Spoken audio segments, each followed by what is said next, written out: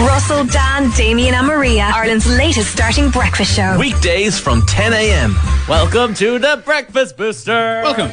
Hi, good morning. I don't know why I'm only noticing this now, but our jingle it paints us in a very bad light. It makes us sound very lazy. What does? What does? Our jingle, once we manage to drag ourselves out of bed. I love that. I do love our Dave. jingles. I They love wake that. Once they manage to drag themselves out of bed. We're not that bad. Russell, Dan, Damien and Maria, Ireland's latest starting breakfast show. Weekdays from 10 Definitely. a.m. The Party Show. Sponsored by Lunatic Fringe Hairdressing, the ultimate alternative experience. And Anna, are you have anything to plug? I feel I should have something. Make to something plug. up. Okay, my single is out.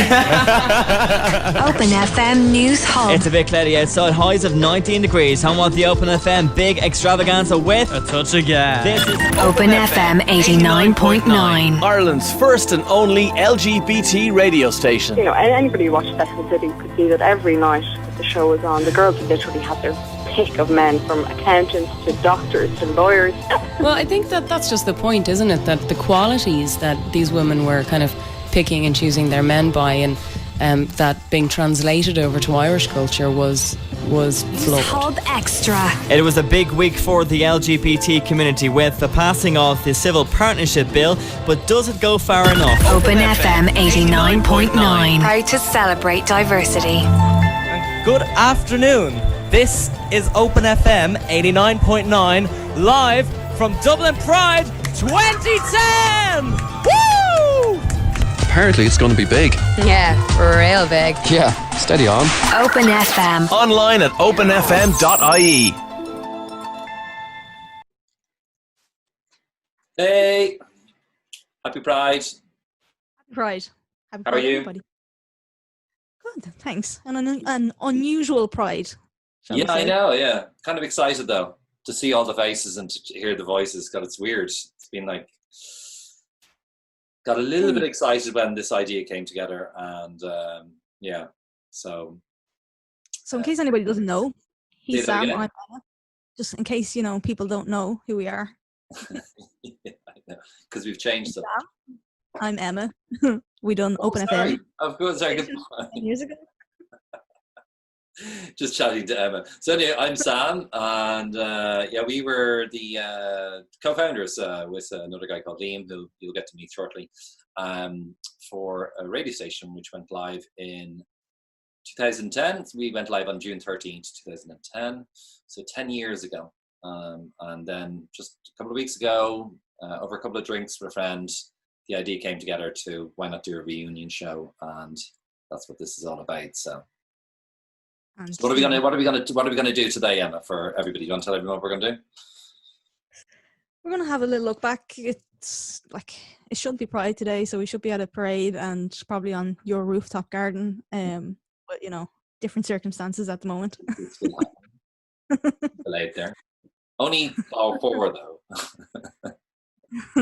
Maybe another 2 in a while. So we're going to have a quick look back. We're going to talk to a bunch of people over the next couple of hours who were involved in OpenFM, presenters, producers, street promo people from behind the scenes. Yeah, I can't wait to get into it. We'll speak to Eddie McGuinness as well from Dublin Pride, so he'll tell us about some of the stuff that's happening, which is nice. And there's one or two special guests who maybe were involved and who a lot of people might like to listen to. But we'll keep a secret, so there's some good stuff going on as well. Because we're broadcasting and we're streaming, there will be no music, so you can play the music while you're listening to this if you want. But it's going to be a fun show, and it's going to be amazing to hear from people that I've heard from 10 years actually. Yeah, looking forward to reliving some memories.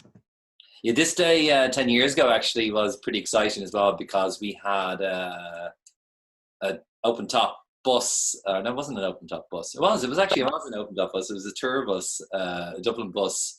And we attempted something which was very challenging, I believe, hadn't been done before. So you do have outdoor broadcasts, although this was a moving outdoor broadcast. So we had a bus in the middle of Pride, and we went from the Garden of Remembrance all the way down to the civic offices, which is where the last point was. And Emma was tinchy bit stressed, to say the least. Yeah, around about this time, it was probably about an hour to go until live broadcast, wondering if it would actually work. Yeah. Yeah, and we came up with or Ray came up, who was an amazing individual who helped us with all the broadcast technology, and yeah, we got it to work, and we broadcast live from Pride Parade, and we had roving reporters, Lisa and Nicole, and who else? I think at one stage, I think a lot of people just ended up going down and having a go, a lot of presenters. So, but yeah, the main ones would have been Lisa and Nicole around the streets, speaking to everybody during Pride. The streets are a little bit more empty today. A little more. We'll still try to celebrate, relive some old Pride memories, and hopefully just connect with the rest of the community today as well, which will be good. Yeah, maybe there'll be something coming in the future. Maybe. Let's see. You can decide, actually. So there's always the power of the people. So you can decide. Let's see. So shall we get into it? Let's get into our first guest. Brilliant. Liam Cattle. Cool. Open FM. Online at openfm.ie. Where do we start? Oh, sorry. I thought you had a clip to play. No, that was my start. Actually, I suppose the best way to start We're the is three of us. So people always ask me because I always think back to like how it actually began. You know what I mean? Like, you know, that's probably the bit that gets me, is that, you know, I think it was a call. I don't know, was it a call or you messaged me? I can't remember, Emma. And you were like, "Oh, myself and my classmate were," and then we met up. That's how it all began. Was we met up, and we met in the hub at the beginning, wasn't it? Or did we meet somewhere else? Yeah. No, I think it was the digital hub. Yeah. It was a digital hub. Yeah. And I think it was November, wasn't it? Or It was early winter November? time. Yeah. Yeah, it was It was November. winter Yeah. time. Yeah. I remember it being really fucking cold and kind of gone. Sorry, can I curse? Actually, I'll just do that again. I remember it being really cold. I forgot. I was like, my radio person just kicked back in. Oh shit! Can I actually curse him?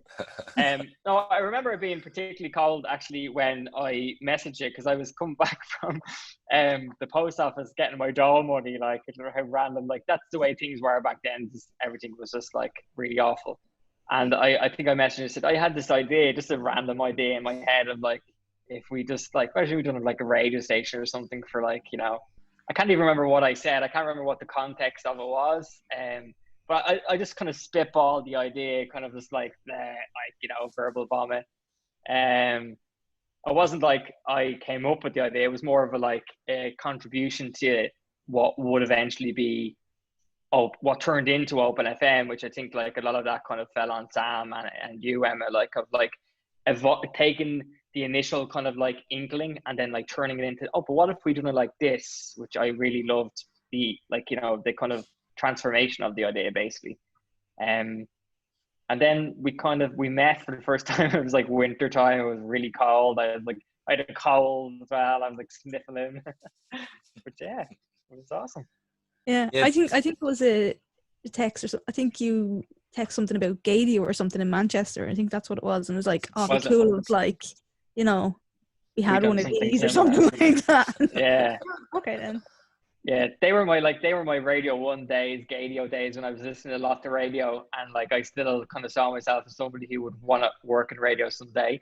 And it's just spitballed the idea, and then it just kind of took off from there. And I remember us creating like a Google Docs with all of the different details of what we needed to do, like kind of a step-by-step guide of how to set up your own radio station, pretty much.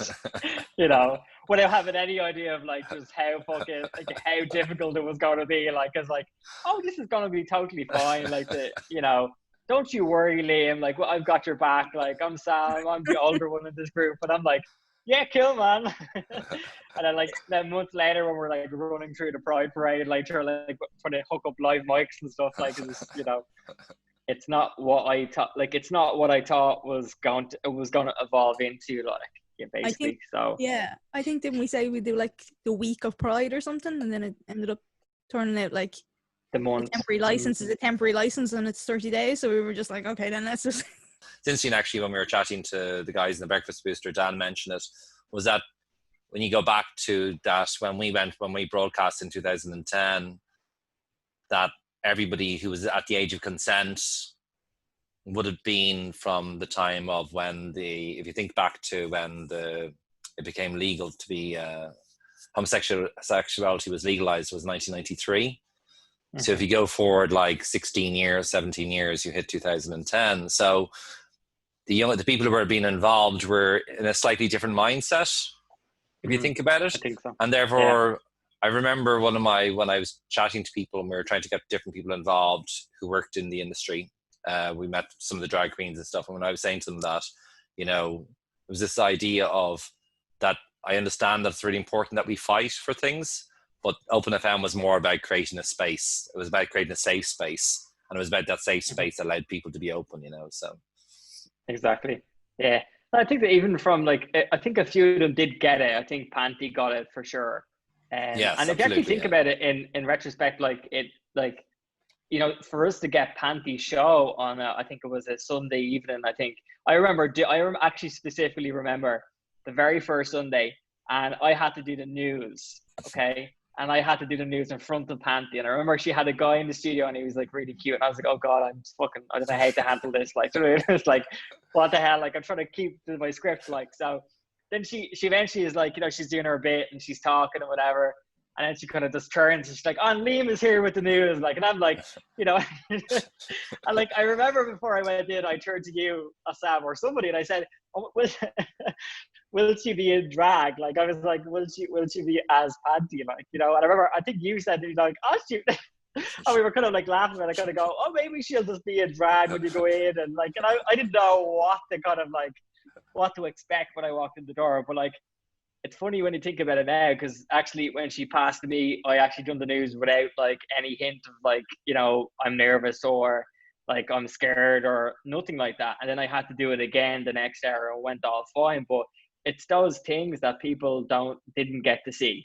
They didn't get to see what it was like when I was trying to keep the music playing on a Saturday morning because the audio wouldn't work. So I was playing track after track, whatever I could find, and texting Emma saying, I don't know how this is done. This is not what I normally do. She's like, just keep playing it until you get to the end and then play another one, But it's those things I think that for me, that and the vision as well, that were that really stood out, that were really fun. They were great fun.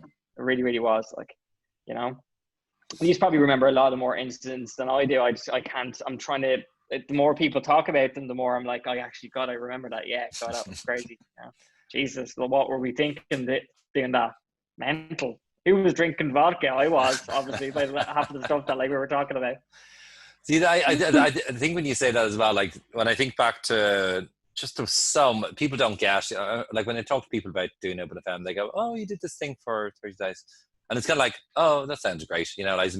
But people just don't get the amount of work that goes into, to do it for 30 days was probably just as easy to do it, to run a radio station full time. But maybe it was even harder, if you know what I mean? Because you have to do all of the same amount of work of build up and stuff. But that was the bit that got me, was just, there was so many, and it was amazing to do it. It was amazing to do, to work with so many different people, to have so many volunteers. That was the amazing thing, was volunteers. It was just incredible when you think about the amount of people who came on board and gave their time and volunteered their time because the three of us put an idea and went, let's start a radio station. Yeah, I think the three of us didn't. It's strange actually, but we did get to obviously have our daily meetings and whatever. But we were very focused on our own areas as well. I was focused on making sure that news was being done and making sure that I had cover for whenever I needed cover. It was kind of they were very much administrative roles as well. And I think I didn't, at the time, it's not until you get to stand back and say, wow, that was a lot of responsibility to make sure that you had all these pieces in place, or you had cover for certain shows, or just the amount of work that kind of goes into it. I think that everybody who worked, all the teams worked really well together. Even the show that I worked on, the team with Mario, myself, and we worked great, and the Breakfast Boosters, they worked I done the news in that show. I worked well. I done the news everywhere. Every show that I could get in, I was doing the news. And I remember in one, just in terms of being a good team, I had to stand in for I think it was an afternoon show because the presenter was out, and I done it, and I'd never done anything like that before apart from college radio. I'd done some college radios, kind of just normal DJ gigs, but I'm not a DJ and I don't know how to do it. So I'm trying to just be be me, which is like really dangerous, like letting Liam on and just be totally loose and just be himself. And I'm like, do you know what I mean? Like, and Sam's like, oh Jesus Christ, like this place is gonna, and I could just see him in the other room, like the door open and looking in and then close and it's like, you know. But I think ultimately though, all the teams worked really well together, and I think that we did work really well together, but we also had a lot of responsibilities, and it's hard when I describe that to people of, you know, you don't understand the amount of work that went into just doing 20 minutes on the air. It's an incredible amount of work, and I think I developed such an appreciation for all of the disc jockeys that we had. It's not a case of just going on and just like press and play and just, you know, just like, you know, I remember with the morning boosters, the amount of preparation that went into that show in the morning, like, was unbelievable. And we'd be there really early to start, and half the time with, you know, RJ would always have a very clear show laid out of what we needed to talk about, what we needed to say. But it was just, actually, when I think of it now, I'm thinking of all the different things that went on. I was like, my God, that's absolutely mental. Would you like to hear a clip from The Breakfast Show? Yeah, sure, yeah. Up on here.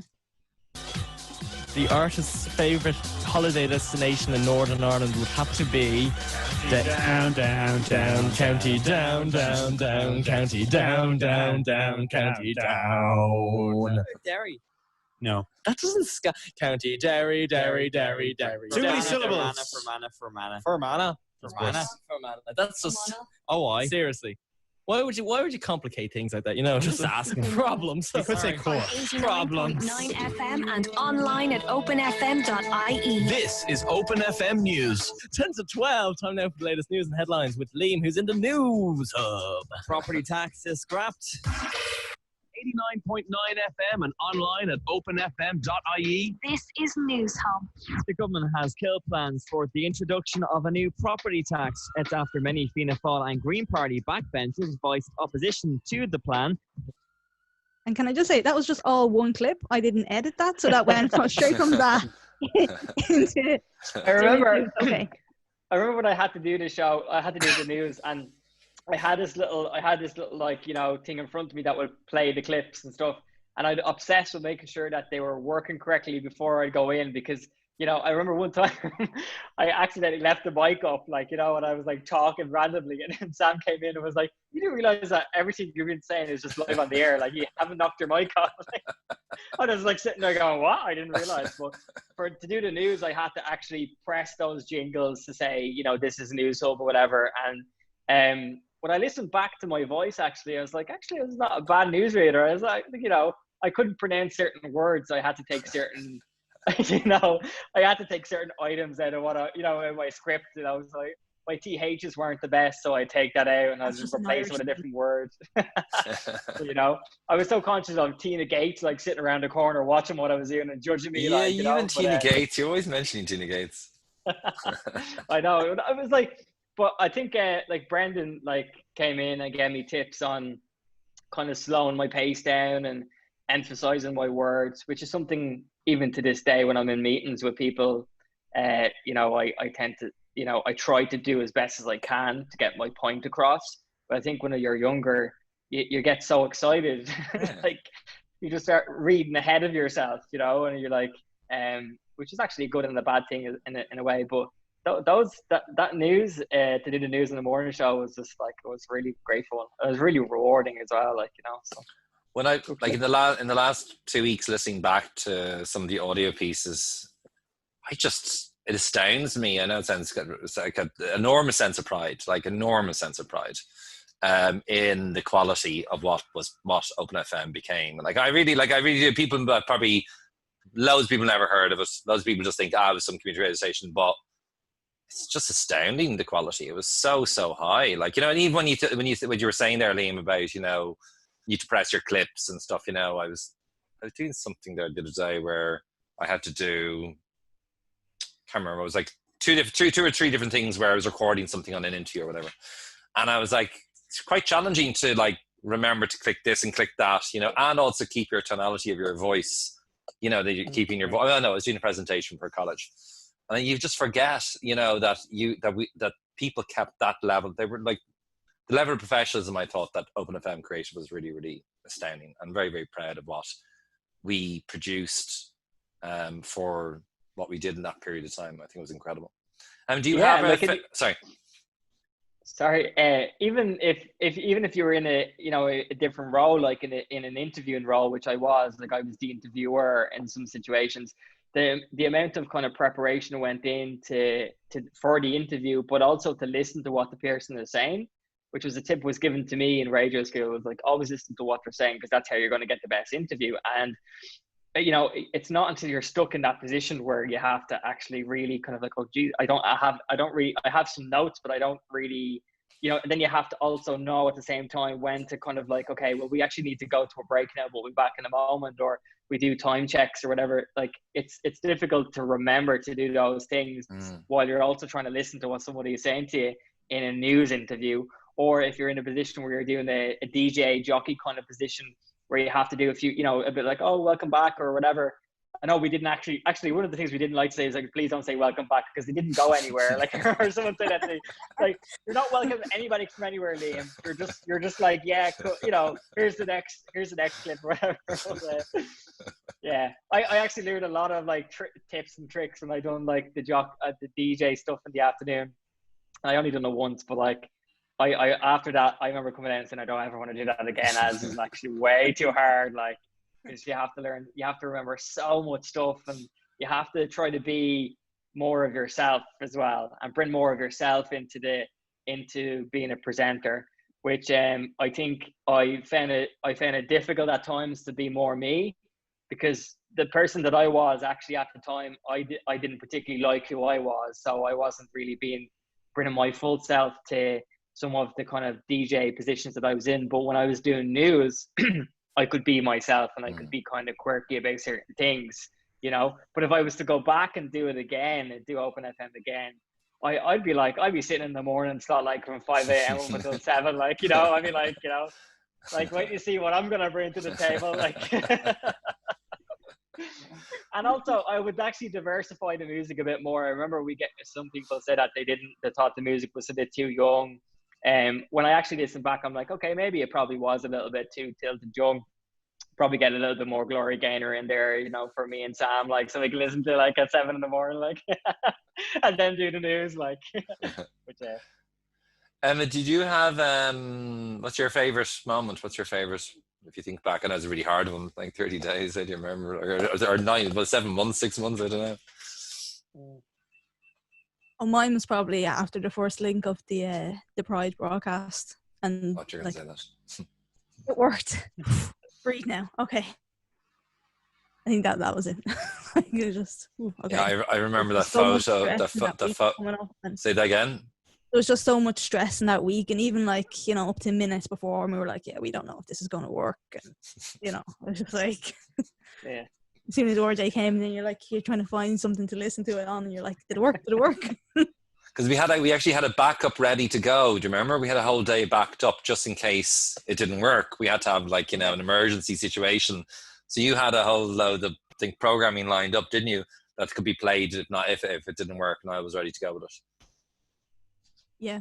It was basically just music, though, but well, it was Pride, so your backup, yeah, your backup to everything. I actually distinctly remember the night of Pride when we had finished our broadcast, and I kind of went to regular scheduled, like just kind of music, like And I remember we were in I think it was like the White Club or the something club. I can't remember what the name of the night was. It was some night that was up in Harcourt Street or something, I think. But I remember just the relief that we all had. But I also distinctly remember the next day, because I said I'll go in and do some news, or I can't remember. I think I was doing some just music and stuff. But I distinctly remember going into OpenFM and like opening the door, like there's like people half asleep on the chairs, and I was like, who are these people? Like I've never met these people. And then I had to like try to have a cup of tea, and like we tried to go on air, and we done our show the next day. But certainly my voice wasn't, I had been out for the whole night. Like I didn't even know my name at that point. Actually, I remember we came to Civic Office. The bus pulled up at Civic Offices, wasn't it? because that's where it was. That's where the server. And I think I drove you, Emma. We had to rent a car, did we? And I drove you down the back of the front lounge through this. Were you in the car? Was it you?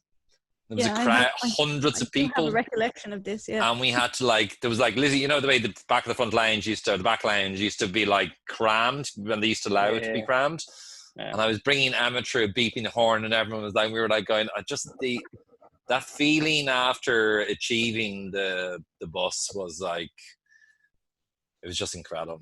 It was such an incredible. I remember a photo of Emma on the back of the bus, and she's looking at the back of the bus, and it is that feeling of knowing that that first link worked, and we knew it was working. It was we did it. Yeah, I think also a standout moment for me was the first broadcast that we done, and then I think we went to Sam's house, and he was like, "Isn't it mad that you can listen to this here? We're in my house, and the radio station." I forgot about that. It was such a lame thing to say. Isn't it mad that you can press a button? No, I know what you mean. I was just saying, I used to you go on. Sorry. No, but that was I remember going to your house, and I think we were just picking a few things up, and I went with you, and then we went back to the hotel, and it was really, really warm outside as well, and it was the evening time at this point, and we just kind of were my God, we're on the air, you know what I mean, we've got 4 weeks of this station being on, and it's just, it was that moment of Jesus, all I kept thinking to myself was, how am I going to do this? I have no idea how I'm going to actually physically and mentally be able to do this station. You know, I think when OpenFM ended, I slept for about 5 months or something. I literally went into hibernation because I was just I don't want to talk to anybody. It's okay. I don't need employment. I just need myself. Because it really was just, it was a tough slog to do that all the time, because we were the management, so we had to be responsible for people. And then when Sam wasn't around, I was there, and Emma was there, and if Emma wasn't there, or if you guys weren't there, I was the one who was kind of responsible for everything. And people would look to you to make decisions, and I'd be like, oh, I don't really know how to handle that decision, to be honest with you. So please wait for Sam to come in, because he knows all about that money stuff. You know, it's child, we're just out of college. What are you talking about? Yeah. I remember I used to the first few nights when I used to get home, I literally was like having a baby. I used to fall asleep, and I was so stressed about it. I'd wake up in the middle of the night, and I had a radio constantly on all the time beside my bed, just to make sure. I'd wake up and go, is it still breathing? And I'd be I'm oh, it's okay, I can go back to sleep. And that went on for literally the first 3 or 4 nights where I got that stressed. I was waking up in the middle of the night. Wow, incredible. Yeah, it was stressful, but it was also really rewarding. Oh my God, I've become lately. I listen to a lot of podcasts. I still love reading news. I'm a digital project manager now, so I look after websites and mobile app developments, and I kind of do that kind of stuff. I'm still in a creative kind of field, but you get such an appreciation for what OpenFM kind of taught me as just personal development as a person. You learn how I'm a manager now, I'm a team leader, people count on me to get things done, and I like to think that a lot of that came from OpenFM, of learning that, okay, maybe don't say that to somebody, or understand that somebody has got feelings and you can't really speak to somebody like that, or then the fun side of it as well, of you know, maybe just learn how to laugh and just to kind of just be yourself. Just be yourself. I mean, Oprah often says that. I love Oprah. Obviously, she's my queen. But you know, just be more of you, and become every single day. Just become a better version of yourself. And I think that for a lot of people watching their progression on OpenFM, you watch the ones who started who were really quiet, and then they just blossomed on the air. They just became their own versions of drag queens, actually. They were really quiet off air. They'd be just talking to you oh yeah, oh yeah, I'm just gonna have a cup of tea now. You'd be okay, maybe, okay, fine, that's fine. And then on there, they're a totally different person. I think for a lot of people that I saw on OpenFM, they really developed into just being amazing people. Really, that's what I think. That's what I take away from all of it, the whole thing. And we should do it again sometime, when we're not all so busy, see where it goes. Although I imagine it would be more of a podcast, or I know you're doing the podcast now, which is fantastic. That's exactly the kind of platforms that stuff like this need to be on. I think that the vision should live on in some form. Absolutely. you know. I agree totally. I think we are Probably a good place to wrap in, isn't it? Yeah. I think it's a Zoom time is a bit to run it as well. So. Yeah, you get like Come here, happy Pride as well. Happy Pride. Yeah, happy Pride, guys. Thank you. It's great to hear you, and it's so weird that it's been that long since we properly had a chat as well. Yeah, I know. We should definitely, when all of the COVID stuff is over, we should sit down and have a chat, have a point properly for sure. Yeah, definitely. Happy Pride. Thank you so much, Liam. Happy Pride, guys. Thanks so much. Liam. I'll see you soon. Okay. Cheers. All the best. Bye-bye. Open FM. Online at openfm.ie. They'll wake you up once they manage to drag themselves out of bed. Russell, Dan, Damien and Maria, Ireland's latest starting breakfast show. Weekdays from 10 a.m. Welcome to the Breakfast Booster. Welcome. Hi, good morning. I don't know why I'm only noticing this now, but our jingle it paints us in a very bad light. It makes us sound very lazy. What does? Our jingle, once we manage to drag ourselves out of bed. I love that. I do love our jingle. I love that. Once they manage to drag themselves out of bed. We're not that bad. Russell, Dan, Damien and Maria, Ireland's latest starting breakfast show. Weekdays from 10 a.m. Yeah. Kick off your day with the Breakfast Booster. On Open FM 89.9. That's the better one. Yeah, but this doesn't one have our names on it. The thing is, right, it goes well with, oh wait, we're actually on air. Yeah. I think we should get with the show, guys. Come on. Okay. The only reason why I use that one is because it goes well with this. They'll wait yes. once And they then manage it to leaves drag an ample themselves out amount of of bed. time for us to talk over the little gap that comes up in about 2 seconds or so. Weekdays from Like 10 this. a.m. Yeah. Welcome to the Breakfast Booster. Take Perfect. two. See? Yeah, That's love why. it. For the record, I'm very good at getting out of bed. I'm not. I'm not. Welcome. Welcome, Breakfast Boosters. Happy Pride. Happy Pride, everyone. How did that? Bring you back? Say that again then. Oh, wow. Does that bring you back? Yeah. How young we sound. I've got to So much say, fun, it's gone though. the other way for me now since I'm terrible at getting out of bed now. So, I'm jingles actually after gotten again. really good at getting out of bed now. I'm atrocious about getting into it and leaving it. Yeah, I'm definitely in the other camp. I don't get to bed before 1 o'clock now these days. Damn, a proper night owl. Yeah, I don't know what I do at 1 o'clock in the morning. No, I'm in bed about 10 at night. Same. Really? Nah. Yeah, 100%. I'm getting tired. 9 o'clock, I'm thinking, okay, I'm gonna start winding down. Time to chill. And what time are you up at, Maria? Sorry. 6. Russell? It's so funny because I don't know how we came. I think it came up as a joke that we were like, okay, so you're going to be doing the breakfast show. I was like, oh yay, fantastic. And it's going to be starting at 10 o'clock. And we were like, I must be Ireland's latest starting breakfast show. Oh, it's in the jingle now. Okay, this is brilliant. And I thought it was a great selling point. And every time I think of it, and I was only talking to my partner Patrick the other day about this, when this we're all kind of organizing everything.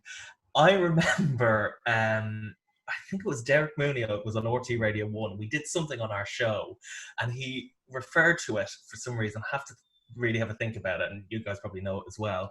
And he referred to it as Ireland's latest started breakfast show, and he was like, it starts at 10 o'clock. That's just mid-morning. So why did I call it that? Anyway, this is a great clip that they have from their show. I was like, selling point, USP, have to have something.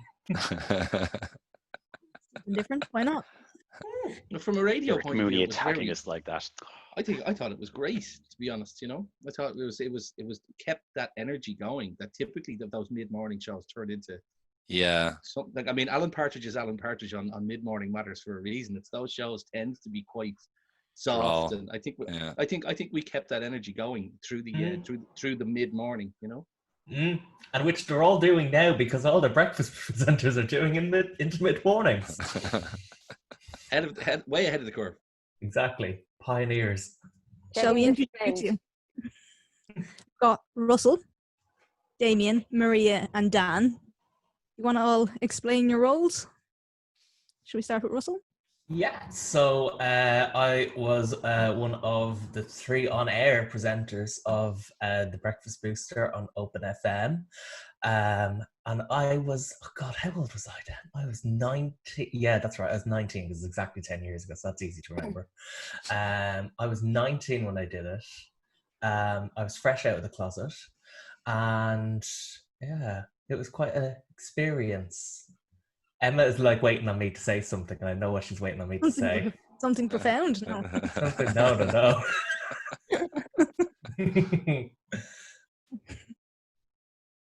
Should we go to Damien? Sure. Yeah, my name is Damien, and it was in the middle of a radio degree that I got wind of this project and fell in love with it. It was actually not the only show I did on OpenFM. I was doing a little nerdy movie show on Sunday nights as well.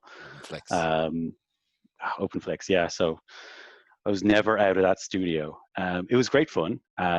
We were always coming up with, what cheesy, fun thing can we do on air next? So we were literally going through everything from the most embarrassing things we've done to the most embarrassing music we love and why we love it. Loved it. Probably still do love it. Dan? Hi everybody, welcome back, I suppose, after 10 years. I'm Dan. I was the producer on the Breakfast Booster, and I didn't appear a huge amount on air by the time we actually got to the on-air phase. But there was a lot of organisation, and I think one of the reasons that everybody sounded so together on the first day, where that audio was at the beginning of the program, is because we had such a great gelling period before that. Like, we had such an amount of time. There was Damien very kindly hosted us over in his apartment, which was in Chapel, is it, I think, at the time, Damien? And we this worked is true. out of there. I actually forgot about that. Yeah, we worked out of there for I think a week solid before we even started the show. So we really had a good opportunity to get to know each other, and there was we had a lot of great ideas in the early phases to plan out the show and make it really interactive, really energetic. We ran a lot of competitions between the team. There was a movie challenge that was like something from The Apprentice over in View Cinema in Liffey Valley. There was pizza making. There was the Viking Splash Tour, and was the vibro plates one of those things, or who brought that in? I couldn't remember who brought the vibro plates into it. They were a big fad at the time, so we did that on air. And even that, there was a clip of that shared in the WhatsApp group when they run up to this meeting.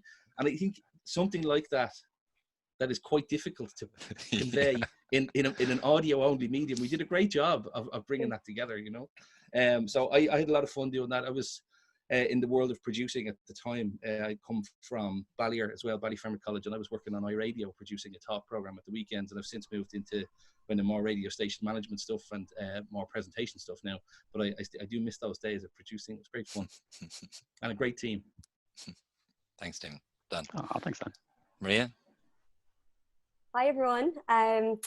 Yeah, so for me, it was a really lucky coincidence because I came back from traveling in 2009, completely broke, and I was working in a part-time job, which, you know, since then I've never had a part-time job. It's always been full-time and crazy hours. So I did a radio course with 102, 103 Beat 102 in Waterford, and there was a lady on the course, Maggie, who introduced me to Sam and Emma, and I suppose I got really excited about the opportunity to be involved, and I had the time. So I was one of the on-air hosts as well with Russell and Damien, and I just absolutely loved it. Even thinking back on the period of time, it was just so much fun. Like, I actually think, like, I laughed like every single day, so many times on the air. It was just so much fun. And for me, I think it was really, I think I'm a big child, and it was really the opportunity to be that child, you know, on air and just try all these different things.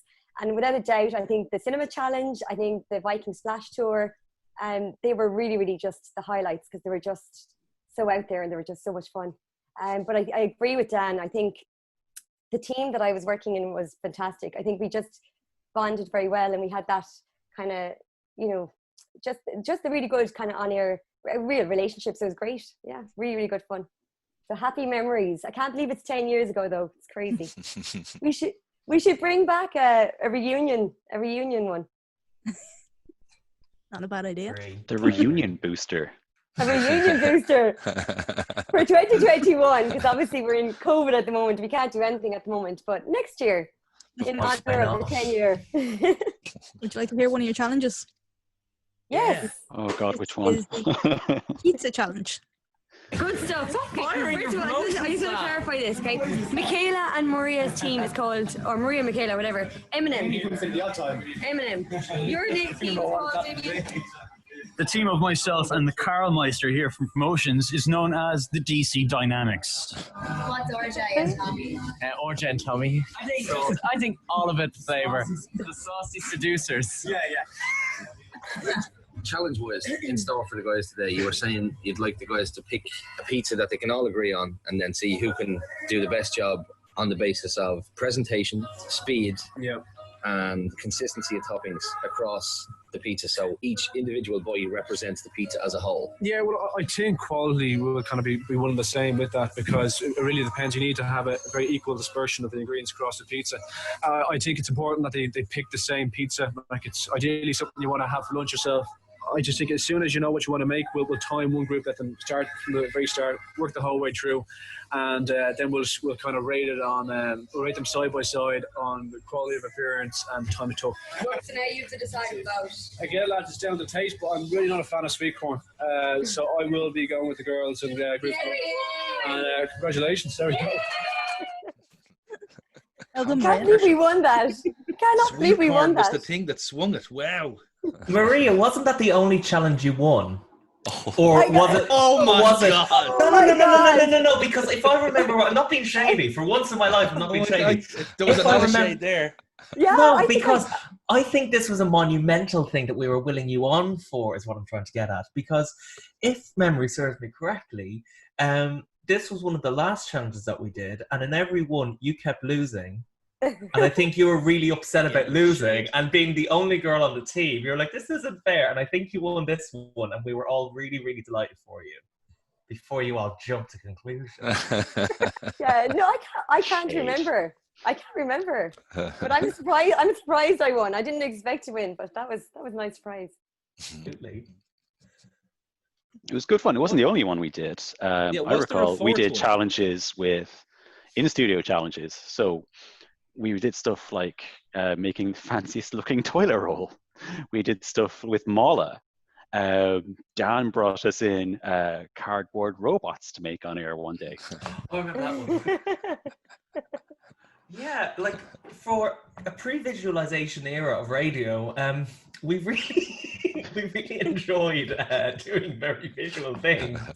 Yes. Even then, like if you think of 10 years back, like Twitter was very much in its infancy. It was a lovely place. If you remember it, it was a much nicer place than it was. Instagram was barely a thing. A kind place then, yeah. Yeah, and that was always an added dimension. But we all ultimately were always about, let's make a good radio show, and let's make, we were on air for 30 days. So what's that? About 20. How many episodes did we have? About 25. 20, episodes? yeah. 20. Yeah, it was more than 22 or something. Yeah. And like we were like, let's just make 20 or something really great episodes of this thing. And I think that was what willed us on constantly. It was all about having fun. It was all about parking shit that was going on in your life elsewhere and just going into the studio and bringing people into a happy little place in the morning that was a real alternative to a lot of the stuff that was going on radio at the time. I thought it was lovely. I think a huge part of the wave that carried us as well was the fact that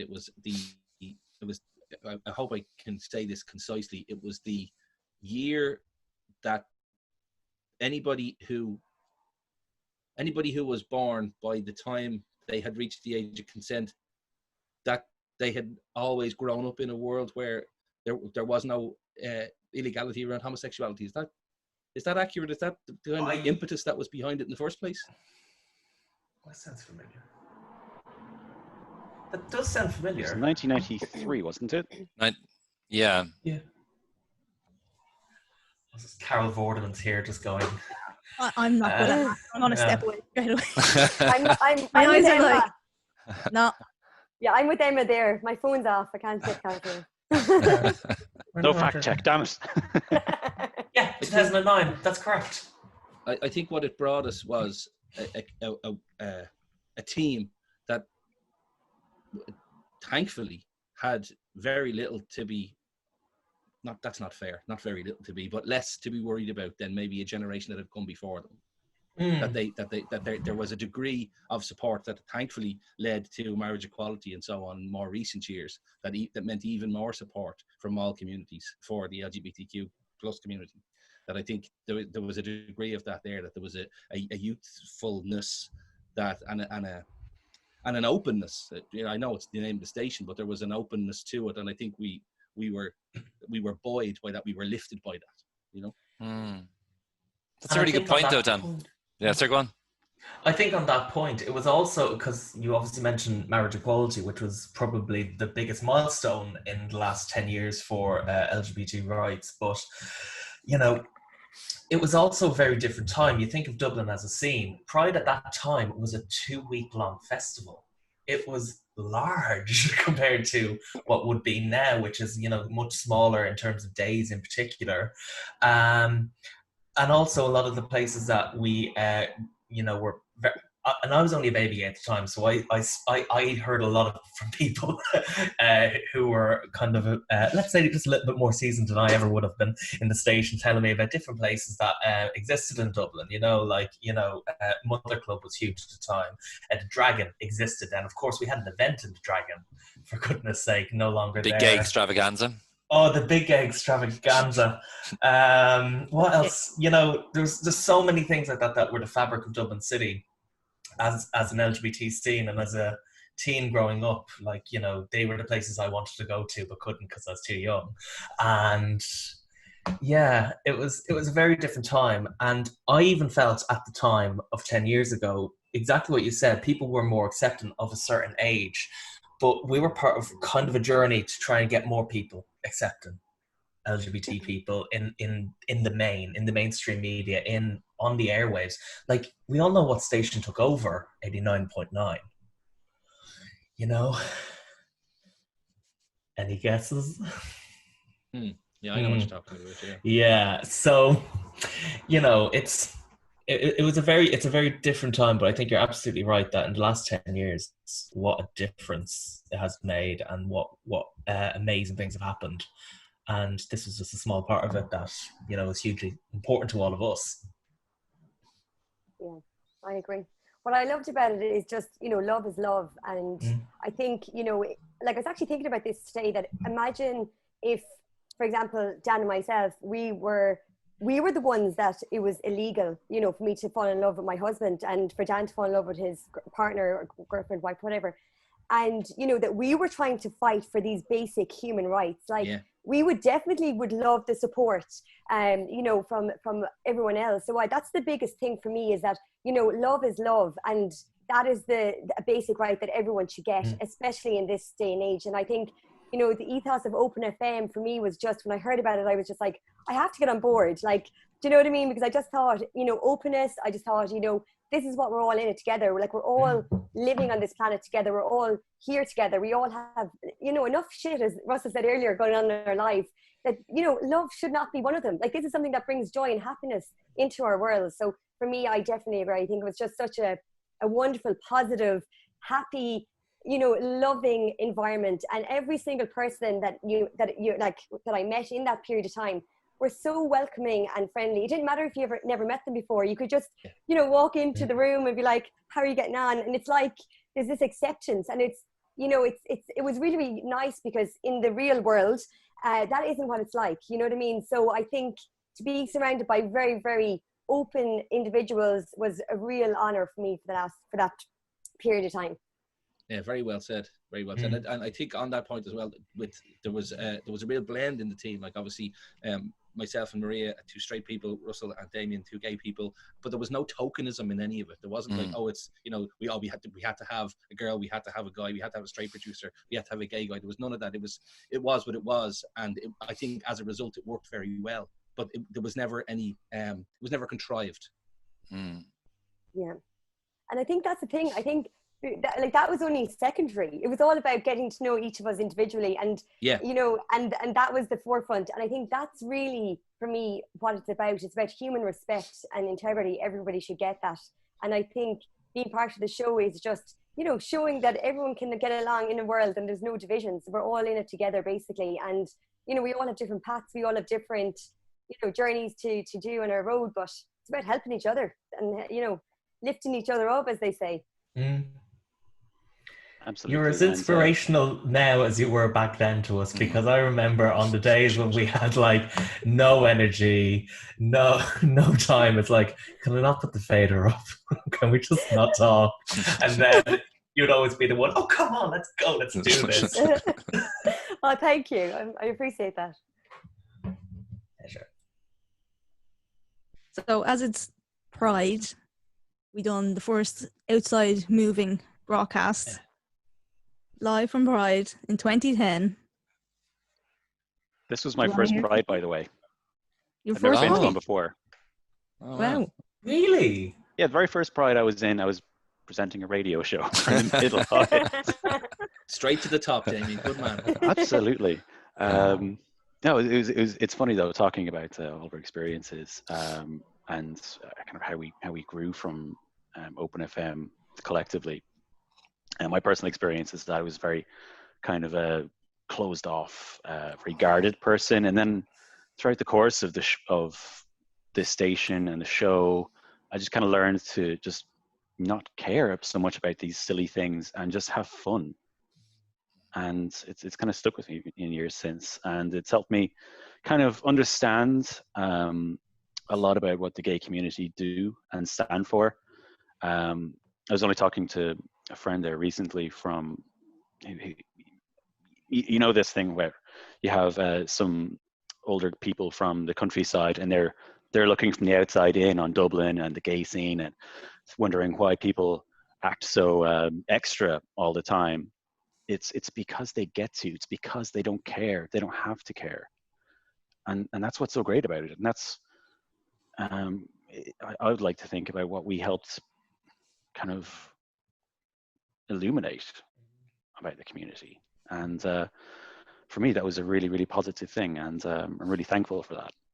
Well, I had no idea that it in itself had given you more openness, more confidence, and let you go free from some of the stuff that you were feeling. That's really, it's great to know that we were a part of that for you. That's fantastic.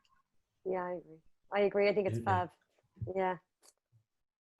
Yay for gay.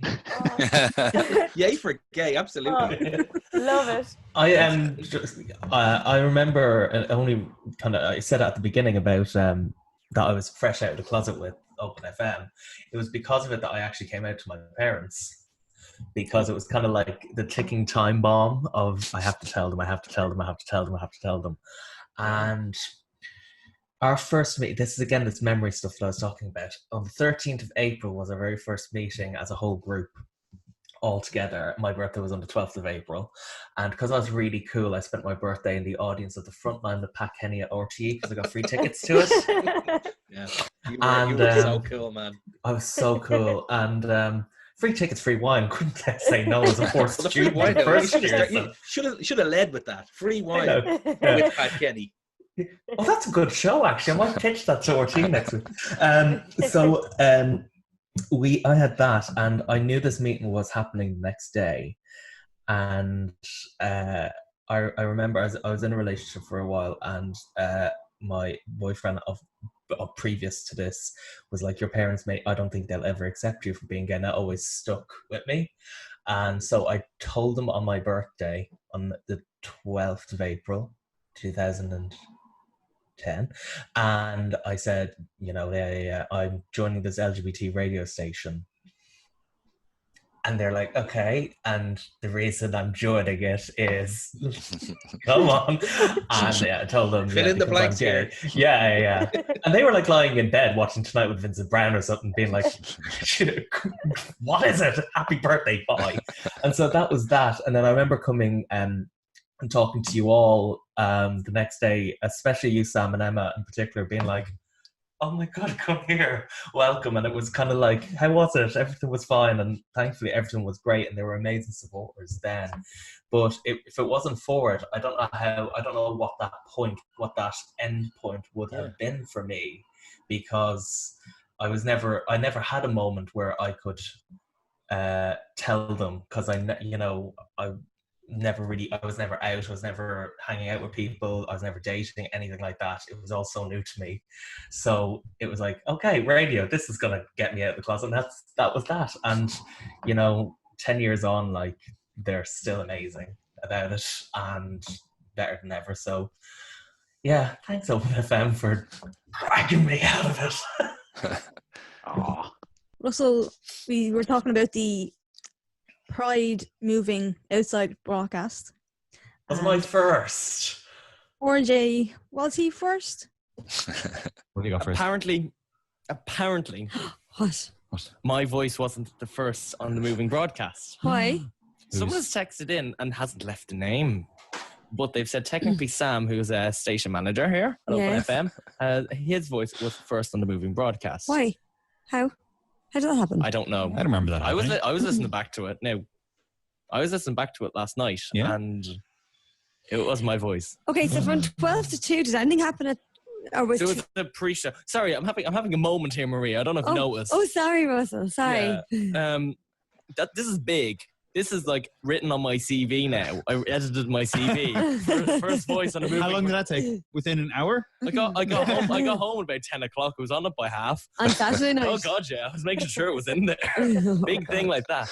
This whoever texted that in, back onto 083 400 80 40 and explain yourself, mister. Anyway, back to the end of our show. Right today, I've had to listen through stuff and I haven't heard anything. Yeah, I need to find out. Can we set up that text line again? And just get that person from 10 years ago to text back in and tell us, because it's very confusing. I made the comment earlier on that there was nothing contrived. I have a feeling maybe there was something contrived. I think you stirred up a bit of controversy that didn't exist, RJ. Really? No, not at all. That was such a crazy broadcast, though. When you think about it, it was absolutely wonderful and so different. And I just thought, thinking back to it, as we were kind of talking in the weeks before, no one's ever done it since, for some very good reasons. But I'll always remember done it before. Ray didn't know whether it was going to happen on the day. He said, we've no idea. We said it might work. Like, when you think about it, it was quite a feat for a temporary radio station to do, considering then afterwards, as time went on, all the media partner stations have come along and do their broadcasts, and they just go, all right, I'm just going to sit this here and press play with some music. And there's us volunteering, going, do you know what? Let's do this moving and see if it works. Yeah. I remember how we did it. We got one of those little mobile broadband dongles and plugged it into the equipment. That's exactly how we did it. And that's how we relied on everything. And they were terrible at the time. I know. Yeah. And when we're talking in the group as well, Niall O'Keefe, I'll always remember him at bass, because we realised it was quite, during my bloody broadcast, we realised there was quite a delay of about maybe 10 or 15 seconds post-jingle or whatever. And he was like, I'm just going to tell you to speak, because I've calculated when it will work, and you can speak then, even if you hear jingles and everything like that. And it was a masterstroke. It was so clever. Yeah, Niall O'Keefe was a massive help, I think, throughout so many programs on that station. He was my hero, certainly, for the two of you were the packages together. Yeah, he was powerhouses. Great. He was saying that he stayed in the studio editing some documentary. I think we were out partying everybody, and I went and collected him from the D4 hotel at like at midnight or 2 o'clock in the morning to go, you're coming out, and that's it. You're leaving the fucking place. Come on. And that was your good deed for the day. Of many. We'll finish up and say that RJ was the first voice. Have a listen. OpenFM 89.9. Proud to celebrate diversity. Good afternoon. This is OpenFM 89.9, live from Dublin Pride 2010. Wow. Glad I got the year right.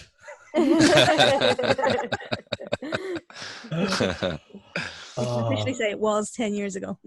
Yeah. Amazing. Oh my God. That was amazing. What a 10 years, eh? Yeah. Can we do it again, please? You are kind of doing it again right now. Yeah, but in a hotel with and on a bus. microwave meals and on a bus. And Here's the question, though. If we do it again, what's going to happen in the next 10 years in terms of gay rights and referenda?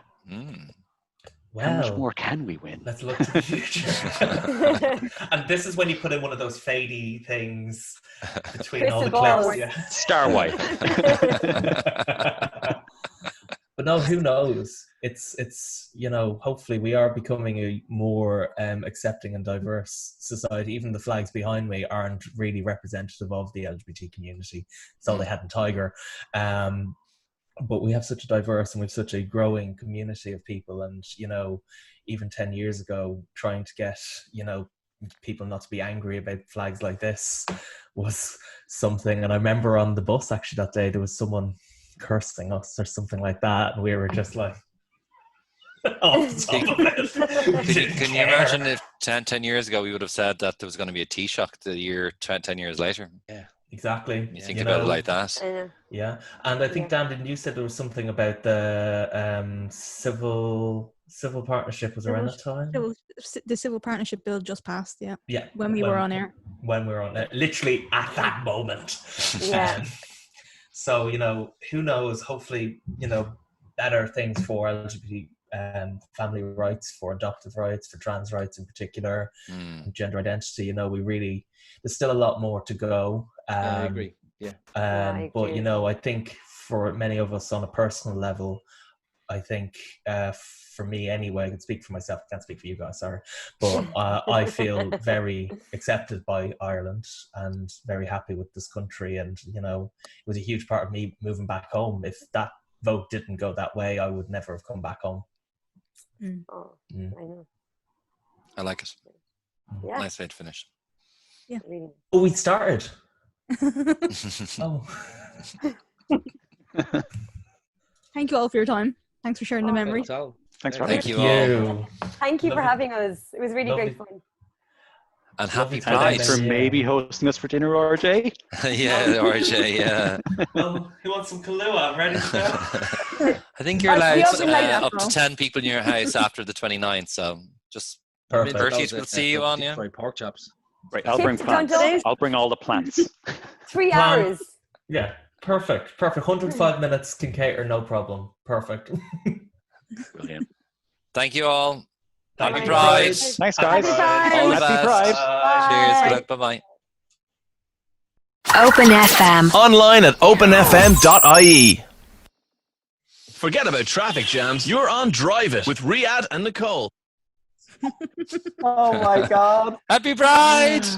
Happy Pride. How are you? Wow. Very good. Hey, Riyadh. That is a flashback. I swear I'm triggered, but in the best way possible. That, if I'm not mistaken, that's Dave Moore. Yep. That's Dave Moore's voice. And I remember thinking, oh my God, Dave Moore is saying my name. I have made it. I am a superstar. Drive It with Riyadh and Nicole. And I also remember it took us about 3 months to come up with that name. Do you remember any of the old names? Well, there were all sort of versions of that. So it was like drive there, drive here, drive home. We wanted to drive there because it was drive time. So good. Drive somewhere. Yeah. So, Riyadh. I think everybody knows Riyadh at this point. Do you want to tell us about your role and why you got involved in OpenFM in the first place? So I was obsessed with radio since day one, and I was trying to sort of set up my own pirate radio station when I was a kid in my bedroom, which I did, but it wasn't the best thing in the world. I mean, it was just a bit of fun. Luckily, we weren't raided and it wasn't shut down, but it really gave me a bug for broadcast. And I was appearing on an RTE documentary series called Growing Up Gay just before OpenFM went live, and it kind of shot me into the public domain as this like young gay dude. And I had a friend who sent me a link to the OpenFM website, and it said that you guys were looking for talent. And I was in my first year of radio college, and I remember opening the link in class and going, this is it. This is my break to literally break out of my bedroom into real radio. And I applied, and I think I got a call back or so. It was like I was auditioning for a Hollywood role. That's how big it was.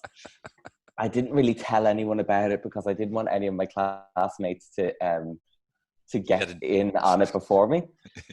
So I got called in to meet you, Emma, because you were PD, program director, and it was in that place. Oh, what's the name of it? Digital Hub. That's it. How do I remember Digital this Exchange. shit? Digital, yeah, and you were sitting there at a table, like it was like The Apprentice. And you started asking me questions about, why I like radio, what would I bring to the show, and I think I was just bullshitting my way through it. And then I got it. I didn't know what I got, I just got it. And I don't think we had decided where I would be placed on the station, but it was a big, big, big moment for me. And how did the group get decided? Like, how did you meet up with the group? I think the rest of the show, the Drivers show. I think from my memory, you guys had sort of thrown your net out and gotten all of your production people and your on-air people that you wanted. And then after that, you divvied up who was going to be on what team. So I think I had met other OpenFM newbies and was kind of thinking, would love to work with her. He's a bit of a bitch. No. And I sort of like scoped out who I would like to work with. And then we were put together with who we were put together. So it was me, Nicole, the other host, and it was Paul, who was a producer, and Trish. Yeah. And Trish was she another producer? And she also did our travel. Trish's travels. Yeah. Trish now on Beat Breakfast as well, so yeah. Oh, yeah. We were the dream team. We were really, really good. One thing I would say about the Driver team is that we were all very similar. We all wanted to do what we thought was right, and so there was a lot of this. But once the red light went on and the tracks were playing, that all went away, and it was just, we were so proud of our air. Like, this was our gorgeous little baby. 2 hours, however long the show was. How long was it? I don't even remember. 2 hours, yeah. 2 hours. 4 to 6. Yeah. Wow. See, it's all in there still. And for me, the thing about being on OpenFM was it was my training ground, because when I was broadcasting in my bedroom, I didn't really know if anyone was listening. I had a burner phone. I had the odd text that came in. It didn't feel, the pressure wasn't there. I had no one to answer to upwards. I had no listeners out there in my eyes. And then OpenFM came along, and it was like, okay, this is it now. This could potentially lead to commercial radio work, to a paying job, to whatever. And it actually did. And I remember, we won't skip ahead of OpenFM here, but it's important to say that when I went for jobs at Spin 103 and 98FM and all these places, they were super, super impressed that I had done something like Open, because it showed that I was anarchy. I was obsessed with the medium of radio, and I was so obsessed and in love with it that I was willing to work for free. And we all know that commercial radio loves that. It's like music to their ears. They're like, sorry, you like doing 5 jobs for the price of 1? You like working into the night when you're supposed to finish at 5? Okay, great. You're hired. You done it 5 days a week for free? What? Yeah. But yeah, really, honestly, it's some of the best memories of my entire life. Do you want to hear a clip? Set it up. You and Nicole doing your best Cilla Black. We just got in the funniest text about you. Riyadh, amazing program. I want a date with you. You are so hot. No name. No name. Mr. Anonymous. You don't do that. You don't do that, please. Of course you do. Okay, of course you do. Can we get him on the phone? Have we got him? Okay, we're gonna try and get him on the phone. We're gonna get you on the Paul, phone. our producer, can you try and get him on the phone? Thanks, buddy. Yeah, but speaking of the dating and everything, I hope we get him on the line. I do. We want your summer loving. Come on, Yeah, people. Who is that person who you always see? Who I know I have a few, and we know you have a few. Yeah, because I'm always going on about them. But you always, you go into a shop, you get your sandwiches at lunchtime, or you go into a certain clothes shop regularly, and you see somebody there behind the counter, and you're like, "Damn, you're fan." Yeah, but you don't know their name, or you might know their name, but you don't know who they are. If you've got anyone like that, let us know, and we'll do the groundwork. We'll hook you up. Hooking people up. Oh, thank God that's over.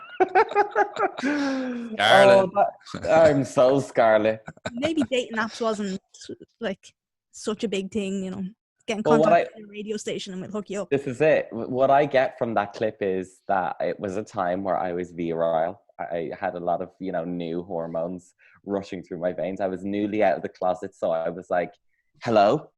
Do you have a penis and a pulse? Let's go. So yeah, I can't believe that I actually sound exactly the same. I thought I'd sound like a kid, but it sounds the same as now. Your voice has changed a little bit, actually. Yeah, you think? It's kind of more soft and more matured, That's what happens when you move to the UK. They don't understand you as a leprechaun. There is one other clip that we have as well. You're saying this was your big break, so you had to go with something. Big Brother, it's here. How do we feel about it? Big Brother 11, isn't it? Well, I'll be honest with you, Nicole, and I know you have as well, but both of us have been so busy, in the run-up to OpenFM that I actually haven't had a chance to watch it. And I watch it every year. I am religious, yeah. You didn't go to the Big Brother auditions, did you, Riyadh? Am I outing you? I like that you brought that in there, Nicole. Very smooth. I'm sorry, but I couldn't let it go. I couldn't let it go. Yes, I did. It wasn't this year. I think it was last year. It was in around my leaving cert. And I always wonder, is it just a room with a camera and you? It was in the RDS, and I was in school at the time. Ooh. And all my mates were saying, "Oh, Riyadh." It was real school. You don't have to do the inverted commas. It was real. "Oh, you should go in. Oh, you'd be perfect for it." Blah blah blah. And I said, "Oh, I don't know." And then I said, "You know what? Feck it. I'm never going to get a chance like this again." Never get a chance, anything like that ever again, Rhian. That was your big chance. Thank God I didn't get it. Because that might have been the end of your chances. Yeah. It's like you're that guy for the rest of your life. Oh wow. And the funny thing is I auditioned again. Oh wow. Yeah, I think it must have been about 2 or 3 years later. I was then working in Spin 103.8, which I said, OpenFM helped me get that gig. And I had to interview the executive producer of Big Brother, who was in town doing auditions. And we had such crack on the phone. He said, I'd like you to come to London to audition face to face. And I was like, I'm just interviewing. He goes, no, come along. So I went, thank God, didn't get it again. But they were really, really weird experiences, those Big Brother auditions. I don't really talk about that anymore because, I don't know, it gives me a shudder. Well, now you're like a documentary maker and podcaster and very highbrow. Book writer.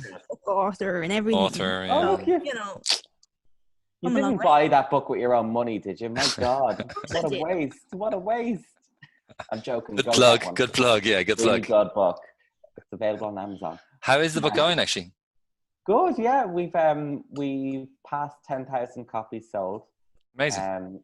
And that's not including sales figures from Australia or Ireland yet. So that's US, UK. So we're very, very happy, and I'm always getting messages from young queer people saying how much it's helped them, and that's brilliant. Yeah, warms my heart. So yeah. I don't know. There might be another one in me someday, but not quite yet. Books are hard. Books are harder than radio in a lot of ways, because radio, you put the fader up, you go, and then it's done. That took, I know it's not that thick, but it took a year. You got to be in the right mind frame to write it, you know. What in the last decade, since like when you think back 10 years, you know, what do you think? Well, a lot has changed for you, I suppose. You've moved to the UK, you've gone through a lot of transformation, I suppose, as a person. But what are the things that stand out for you from where you were 10 years ago to today? Do you mean professionally or personally? I suppose more so around the LGBT community, you know, like I suppose it's different, I suppose, being in Ireland and then moving to the UK. So probably there's an enormous change between that. But yeah. What things stand out for you? I think the unapologeticness of our community and even like particularly myself, how I feel in my own skin is that I'm beyond proud now. Pride is still there, but it's like this, like it's evolved into this other creature that how would I describe it? I can't even imagine a world where I would feel ashamed of who I am. Whereas, you know, back in the OpenFM days, I was delighted to be a young gay man, but there still was shame there. And I feel like I finally let go of that little hangover that was niggling in the back of my head. That was sort of implanted into me from my entire life, growing up in a heterosexual world. And I think as well, I think I give myself more of a break to kind of enjoy life. As a young gay man who feels that maybe it was part of my teenage years that I missed out on. I'm not like trying to chase anything as much as I used to. I'm happy now as a 29-year-old to kind of take the experiences that come my way as they are and not sort of have Peter Pan syndrome about them, which you know is a big issue in the gay community, in particular with men.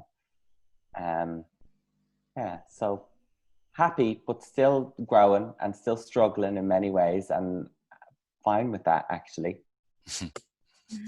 Yeah. And then I guess professionally, I'm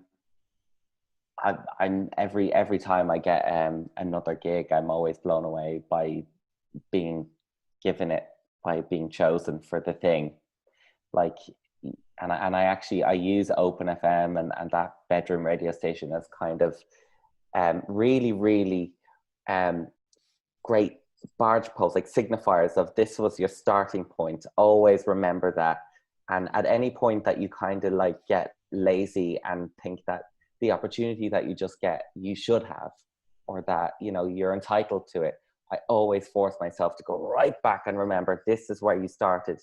And it actually brings me so much more enjoyment in the thing I just achieved, because I know that it took hard work to get there. Yeah. You worked hard. Yeah. Yeah. And cried. Was turned down, and then, you know, you guys know what this industry is like. It's a bitch sometimes. It can be really, really, really horrible.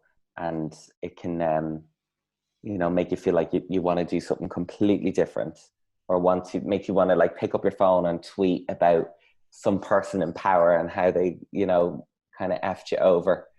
But you can't do that.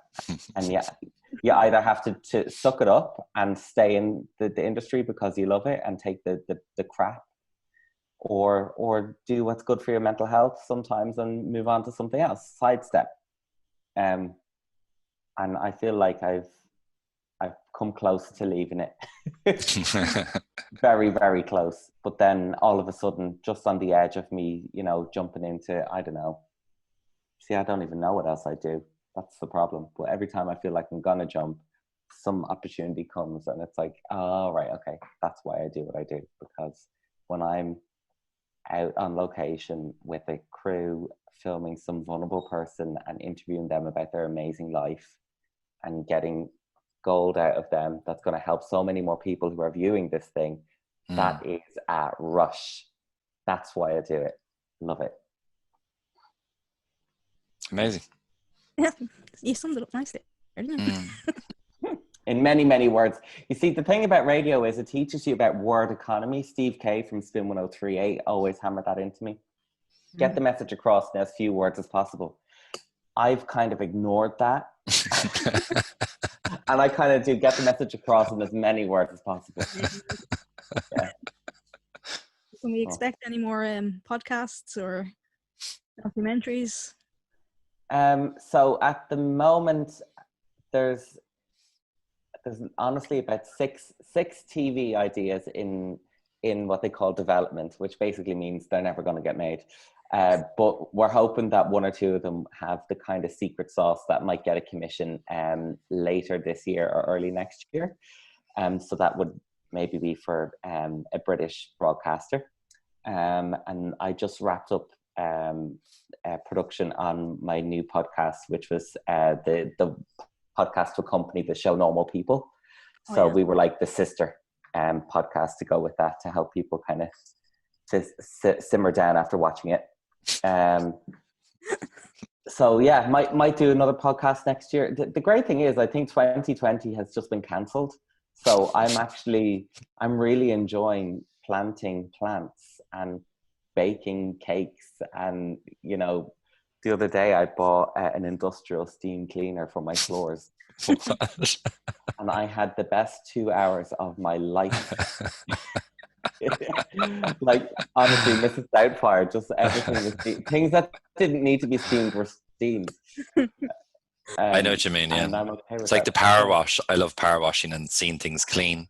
I believe there's actually YouTube channels where people watch, it's called power washing porn or something. People watch people clean things, you know, like dirty concrete or walls, you know. So I get you on the steam cleaner. I say it's the same feeling. There's actually a really good, I'm getting it up here, Instagram account called Simply Satisfying UK.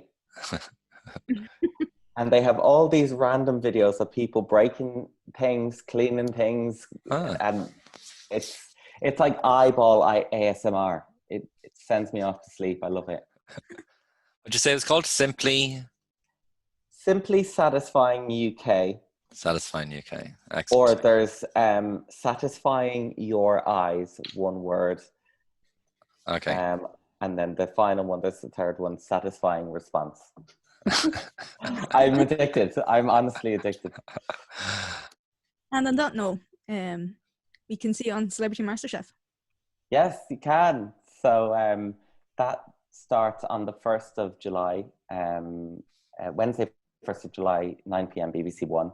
And but my episodes, you won't see them until probably 2 or 3 weeks into the series, because my heat of 5 people are the final round. And then at that point, they start to whittle down into quarterfinal, semi-final, final winner. And we shot that show days before lockdown began. And it was quite mad being on set and trying to focus on, you know, cooking a piece of duck the perfect way while knowing all of this destruction was happening just outside the studio walls. But it was an amazing experience, because everyone knows those two boys, John and Greg, and when they're in front of you tasting your stuff and telling you how they feel, it's like, wow. So please watch it. Did you enjoy it? Yeah, really great. I remember I would come home from a day, it's a 12-13 hour day, because you got to get there super early, you do your makeup, you do your interviews before you go in, then you cook, and then you do your interviews after, and then you might cook again that same day after like an hour break, and you come home and you're a mess emotionally, physically. You've got all, like, I had blood all over me. I cut myself on almost every task. Of course you'd be the drama queen. Yes, well, it wasn't on purpose. I don't know if you can see, there's like do you see that there? Absolutely. The wound is unbelievable. The scars. Oh my God. Well, it was very bad at the time, Sam. Very bad to see. Yeah, amazing experience. And I'm proud of myself, because I really practiced hard before going in. I could have just gone in and just sort of like winged it, but I decided, no, I have cookbooks. I have hours and hours in that kitchen. I bet you're on to Mum on Zoom. Yeah. And the funny thing is, for really simple things, like, how do I make custard? How do I make soda bread? can I eat a piece of chicken after it's been in the fridge for 3 days? Yeah, so really good. And I made some really good friends on it as well. So Judy Murray is one of the contestants, Andy Murray's mother and coach. And her and I struck up a friendship, and we still chat today and WhatsApping each other, which is bizarre. And she's invited me up to her hotel in Scotland for like a weekend city break. So nice. Yeah, fun. You'll be at Wimbledon next year in the box. She did ask me that. She said I could bring it on the court, and you know what? It's such a shame that I've got absolutely no passion for tennis at all. But I'm gonna pretend, and I'll be like, yeah, woohoo, serve. Serve me more champagne. Yeah.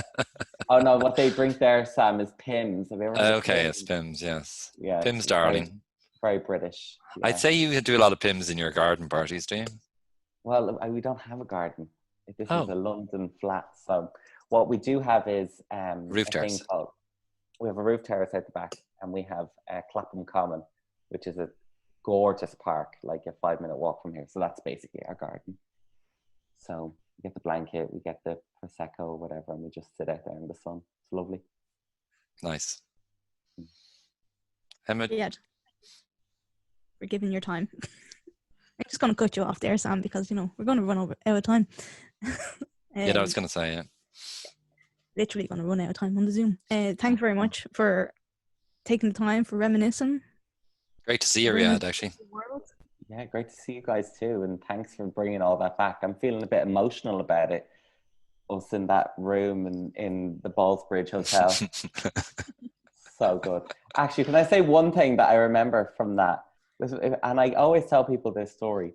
It was a particularly hot day with really, really hot, like a lot of humidity in the air. And I remember we got an email from a listener in like Iceland or Denmark who picked up our signal from Dublin. And do you remember this? And we like looked at, and the guy was a radio anorak. He was trying to pick up international stations, and he said, your station isn't meant to come this far, but it did because of a phenomenon called E-skip, where when the weather and pressure is at the perfect point, the signal just continues across the ocean. And that just blew my mind. Wow. So we were heard in Iceland on the radio. Yeah, on a station that was only meant to broadcast in Dublin. Yeah, Dublin City. And it went... Oops. Like, yeah, and just to add to it, the person who emailed was Bjork. It's just incredible. Amazing. Who knew? She was so into radio. Fantastic. Thank you so much, Riyadh. Thank you, guys. And happy Pride. Have a lovely day. Happy Pride. Have a great one. All the best. Big love. Bye-bye. OpenFM. Online at openfm.ie. OpenFM 89.9. Broadcasting live from D4 Hotels, Ballsbridge, Dublin 4. Prejudice. Wrote a song about it? Like to hear it? Here you go. Free your mind. Hi, hello, how are you? No matter what way you want to put it, you are very welcome to the Open Mouth on OpenFM 89.9 FM. With me, Mick Cole and Hazel Cullen. That's who we're with now. Oh. Hello, happy Pride. Hello. Bringing the memories back. God, bring a tear to your eye. Can you believe it's 10 years? I actually can't believe it's 10 years. To be fair, both of you guys look exactly the same. You look pretty similar as well, actually. Yeah. It's really actually kind of hits home the whole age thing that it's been 10 years, to be fair. But how nice to remember it. Fair play, guy, for putting this together, because I think it's really nice thinking back on the crack we had in that hotel. What's your, when you think back, what's kind of the memory that stands out for you, or some of the memories that stand out for you?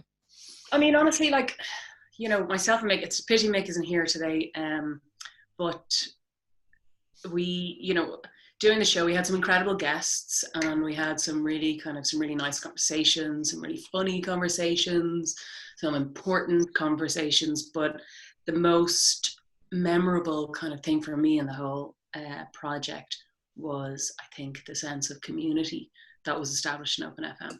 Certainly. So, you know, there isn't one particular show that stands out for me, but like every day coming in to into the studio and getting together with everybody and seeing people, you know, really come together and relate with each other, and meeting a whole other, you know, meeting other gays who weren't already in my circle. Who knew? I didn't know every gay. But yeah, certainly the community and the crack, big time. And did you find? Sorry, Emma. No, go ahead. Did you find, like, you know, you did? It was 5 days a week, wasn't it? So you did like 21 or 22 shows or something. How did it feel from a workload point of view, or? Workload wise, you know, we were lucky in that there was 2 of us, and in the team, I think there was 5 of us. We had Caroline producing, Daniela was there, Connor was there, so we had a kind of a nice, and Neve, of course, we had a nice gang kind of helping out, and we would take turns in terms of kind of leading conversations or not leading. So it was okay. I mean, in fairness to Mick, he is he's full of information and knowledge, so he's very helpful, and you know, honestly, I was unemployed at the time, so you know, I was absolutely delighted with life. It was a lot, but it was great and absolutely worth it. Wouldn't change it. I think we have the recession to thank for, you know, OpenFM happening with so many people on board, because we were all like either just students out of college or like some unemployed people, because like it was just. Yeah. Well, I was doing my master's in DIT at the time, which wasn't. My hours weren't particularly heavy, but certainly, I mean, can you imagine? You know, a few years later, one of the hotels giving us that kind of free reign. Yeah. And being so generous with their space. I can't imagine it. Although I don't know, Sam, you apparently are a pretty charming guy. We blagged a few things anyway, you know, one or two things. Yeah, one or two things. I remember Laura McGann interviewing you for her Docs on One documentary, and you saying, "Look, you know, it'll happen. Ask the world for it, like, and it'll happen." And fair play, because it did. That's the kind of thing now I'd be like, heck off. Being a tad more cynical than yourself. This is why people like me don't start, you know, queer radio stations with no money. So fair play, incredible. It was worth every moment. I hope so. I'm sure you lost a lot of hair. Yeah, I know. Yeah. Grey beard. That's your moment. A lot of grey, actually, all around. Silver fox, though, you know, we get away with it. Big time. You guys get away with it much more than we do. Although, actually, maybe not. Times are changing. Yeah. Working on it. 2 hours of like talk radio, though. That how did you manage it? And I work in radio still, like. Well, I find, you know, passing the book to the person beside you is the best. Always having a song on standby. Do you remember we had Kevin Sharkey on and he made a racist joke? Do you remember that? No, actually. Oh my God, I'm probably glad that I don't. Yeah, I know. Yeah, I think that you probably didn't tell us that one. Oh, sorry. Yeah, we had Kevin on, and he made a racist joke, and I think myself and Mick I probably sweated through our seats. Again, song, you know. The famous fill it in with a song buffer. How did Caroline react? I think she was a great one for taking things in her stride, and you wouldn't see her get too stressed, really. You know, she was able to laugh at it. I think if she was someone else, you know, I think we apologized, and because we didn't have, what was it? We didn't actually have a time delay, did we? No, I don't think so. No. No emergency silence button. Kind of money. So I think we just kind of apologized. There were no complaints.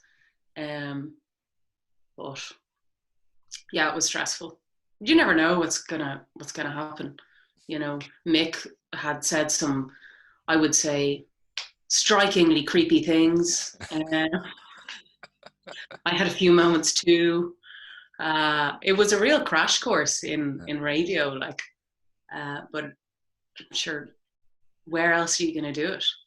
Yeah. No, it was super. Did you do any other radio afterwards, Hazel? Pardon? Did you do any other radio afterwards? I did, not professionally. No, I kind of dabbled. I did a little bit with Phantom, News Talk. I was a researcher. I did a very short stint, like work experience with Sean Moncrief. But that was about it, really. I would have liked to go on into presenting, but it just, to be fair, other work came up when I took it. I work in film now, so okay. As well as kind of wrangling goats out here in County Wicklow, I make commercials and film. Oh wow, that's brilliant! I didn't know that. Is your own production company, is it? I recently joined a production company called TW Films, so there's 3 people already there, and I've been working on and off with them for years, so I've just kind of joined them properly now, and I'm going to head up the all commercial side of things. We have a couple of features in development, and obviously I'm pushing a lot of, well, actually we all are, I suppose. We want to kind of make some female-centered content, and horror, actually, lots of horror. Interesting jump. yeah. But actually, we found out the other. Actually, are we allowed? I don't know. Am I allowed to announce this? But a film that we've made called Colleen Olin. It is about it's a short film directed by Megan K. Fox, and it is about a trans teenager who goes to Irish college, hasn't come out, and uses the cross-dress Katie as an opportunity to kind of present herself in her kind of true gender. And it's absolutely lovely. It's, half English, half Irish, set and shot in County Kerry, so it's beautiful. Very proud of it. We've just found that it's going to be showing at one of Ireland's many big gay film festivals. So we're very excited about that. So guys, do check it out. Sweet. Yeah. Over the last 10 years, how do you feel like things have changed in the community? Like, we were just talking to others earlier on, and on the time that we were on air, the civil partnership bill was just about to pass. So since then, there's been a couple of things, and there's still some other stuff that needs to be resolved as well. How do you think we've come in the last decade? I think it's funny to see. I mean, there's our experience of it, and we can say, well, great leaps have been made. But say, for example, we still have a lot of progress to make in terms of trans rights and gender recognition issues. Not to mention sorting out our parental rights nonsense here as well. But I think where we really feel it as a community is on the streets and in the pubs and in our families. And what I see is young people coming out much earlier, younger people using language that's much more kind and fair. So in that sense, we used to talk about how things like marriage equality, it's not about just giving us the rights. Let's face it, loads of us don't actually believe in the institution of marriage because in lots of ways it's really problematic. But what it says to Ireland and to the people of Ireland is so incredibly important for gay people. It says, you're one of us, you're like the rest, and it embraces queer people. in including us in marriage.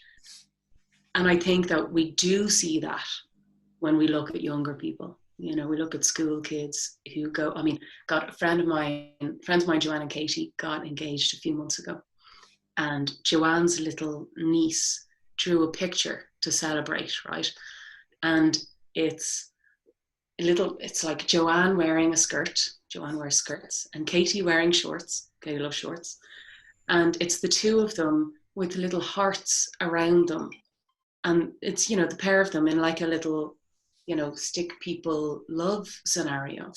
Now, I couldn't imagine a 5-year-old drawing that 10 years ago, when we were making this radio station. So I think it's that kind of thing. There's no question.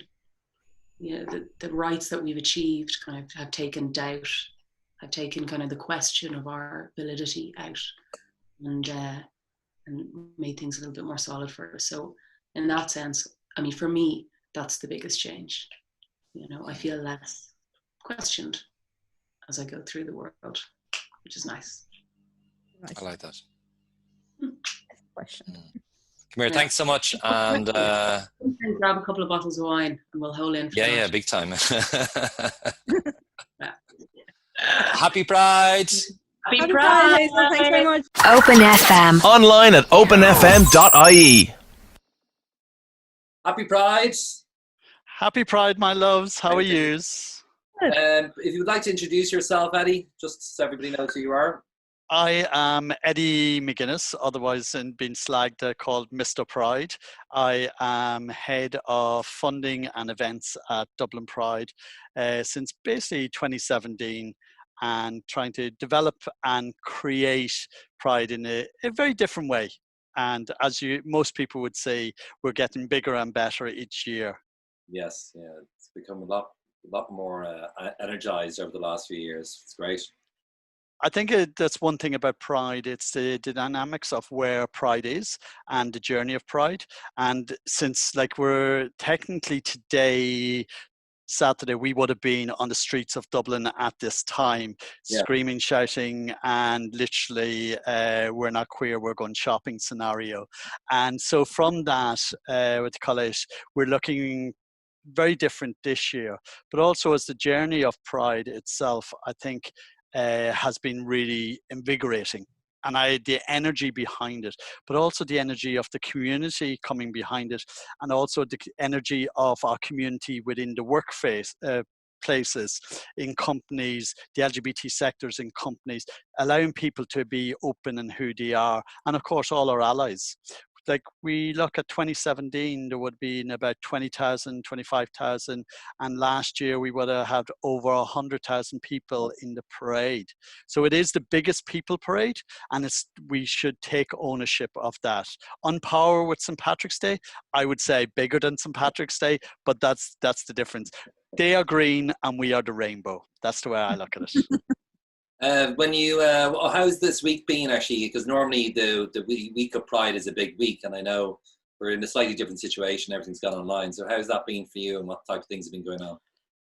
Like you and like what you are doing, you're being innovative and looking at different ways to communicate to a different audience. And I think that's crucial for us all. But also a realization is that there is a part of our community that can't come onto the street and come out to events, that maybe who are older, who are in homes, those with disability, learning difficulties, who do anxiety, who mightn't be able to interact with a lot of other people. Allowing it to be put online allows them to be still part of our community. And I think that's something that we're going to go away next year, thinking not only will we have our physical event, but we're going to stream it live. Brilliant. And this year, as most people would look at it, is we're actually physically still doing our events. Okay, like if you look Tuesday of this week, we got together something like 14, 15 different trad musicians, not only here, but the States, Scotland, UK, Northern Ireland, and brought them all together on one big screen, which would never have happened. And they're LGBT members, and the passion for trad music allowed them to show who they are. That's only one little key event. Then you also have the likes of our launching our Allies Guide, which is aimed at looking at how, what you call it, the individuals in the workplace have a better understanding of the language around the LGBT plus community. Then you also look at other events. We even took our dog show of Pet Parade online. I have to say, it was the maddest 30 minutes all week. It was crazy. But I have to say, it was fun really doing it, you know, in a way. And I think that's where the journey of all these multiple key events. And then we also made sure that the likes of looking after your mental health. So there was a series of different workshops out there around mental health issues. And I have to say, numbers were very good for it, but we know that we can build from there. And one of our key events that we started last year, because we have a new festival naturally with Dublin Pride. Typical me, let's try and come up with something else.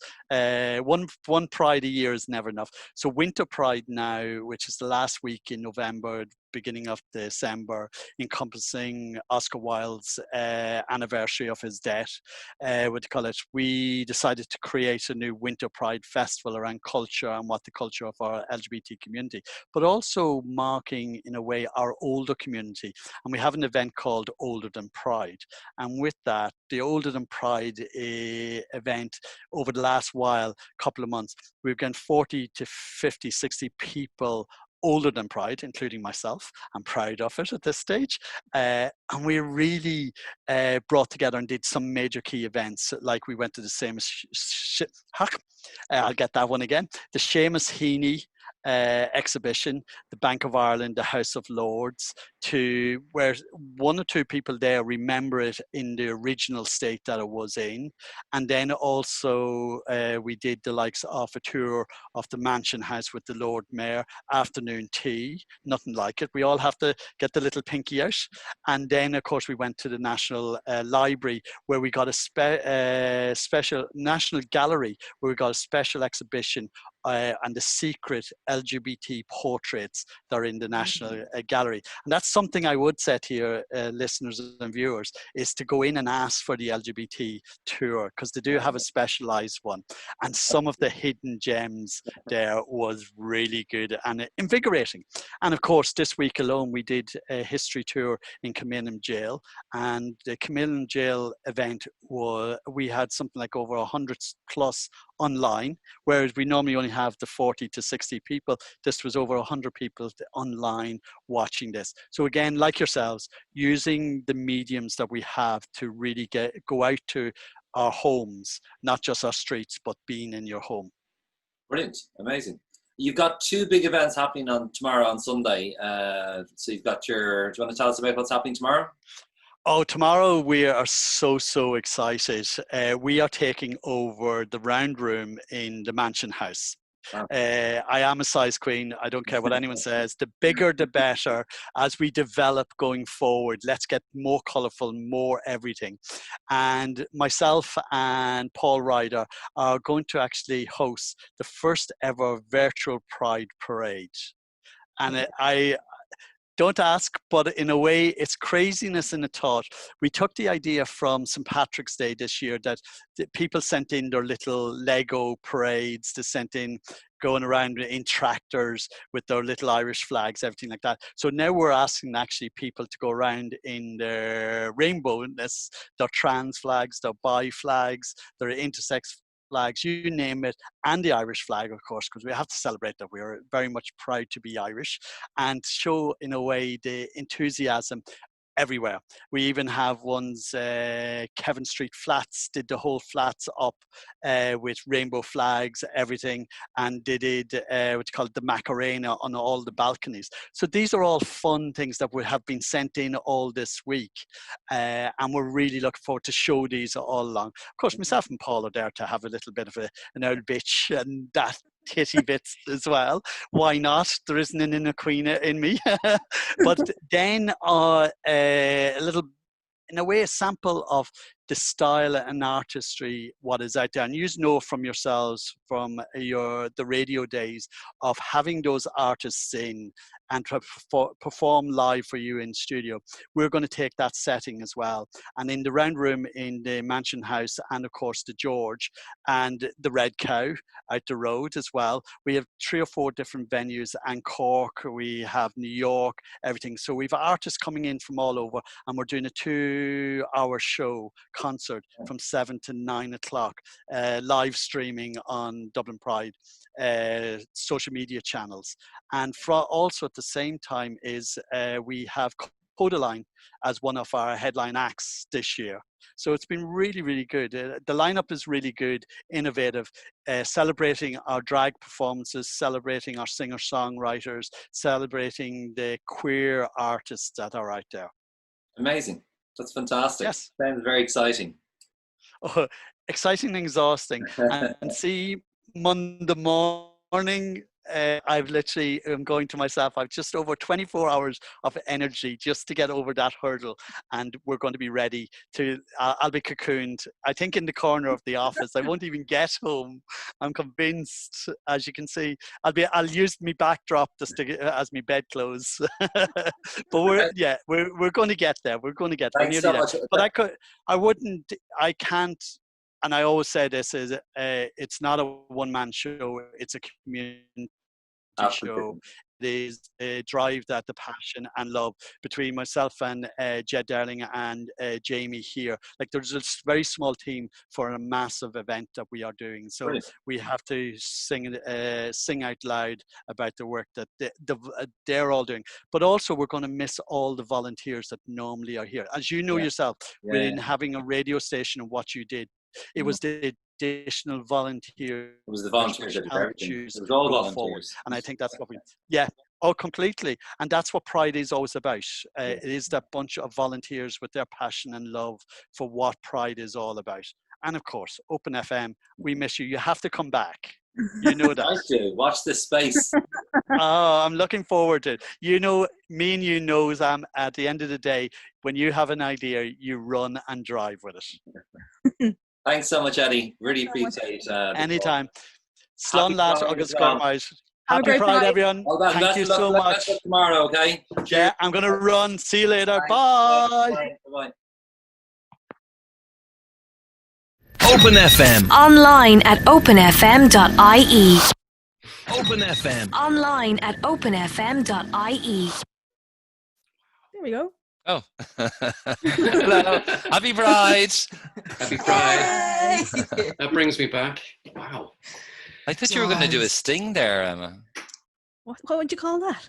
That was a sting. No, I meant with to hear Michaela's voice, her beautiful voice. Not everyone can hear it. You don't have that, do you? We'll get to that. Okay, cool. Oh. Maybe if you'd like to introduce yourselves, so our audience can find out who you are and what you did with our OpenFM. Age before beauty. Oh gosh, thanks. Yo, Niall O'Keefe. Do I say what I was or what I am now? What I was at the time, one of the few straight people in OpenFM, and easily influenced, and brought along, and just what did I do? I presented a show. I did the overnights. You'd forget, like, I was kind of doing head of production kind of duties for a while as well. Yeah. And the one big thing that I remember that I'll never forget actually is doing the desk for the Pride OB. That was fun. Yeah. But it just meant I didn't get to be there out in the day. But well, you missed out. We were talking to the breakfast producers a while ago, and they were bigging you up, all right. Russell was very impressed with you, just basically giving him the word speak. Don't worry what you hear. When I say speak, just speak. Yeah, I kind of figured out exactly how long the delay was, or I thought I figured out how long the delay was between the bus and live, and so shouted speak down the line to them at hopefully just the right time. That was the idea. Michaela? Okay, I'm like, me now. I'm Michaela, which is I wasn't on air on OpenFM 10 years ago, and now my job is full-time radio presenter, but I was mad for the promotions team. So I remember Sam had us cover ourselves in, was it baby cream? What's Sudocreme?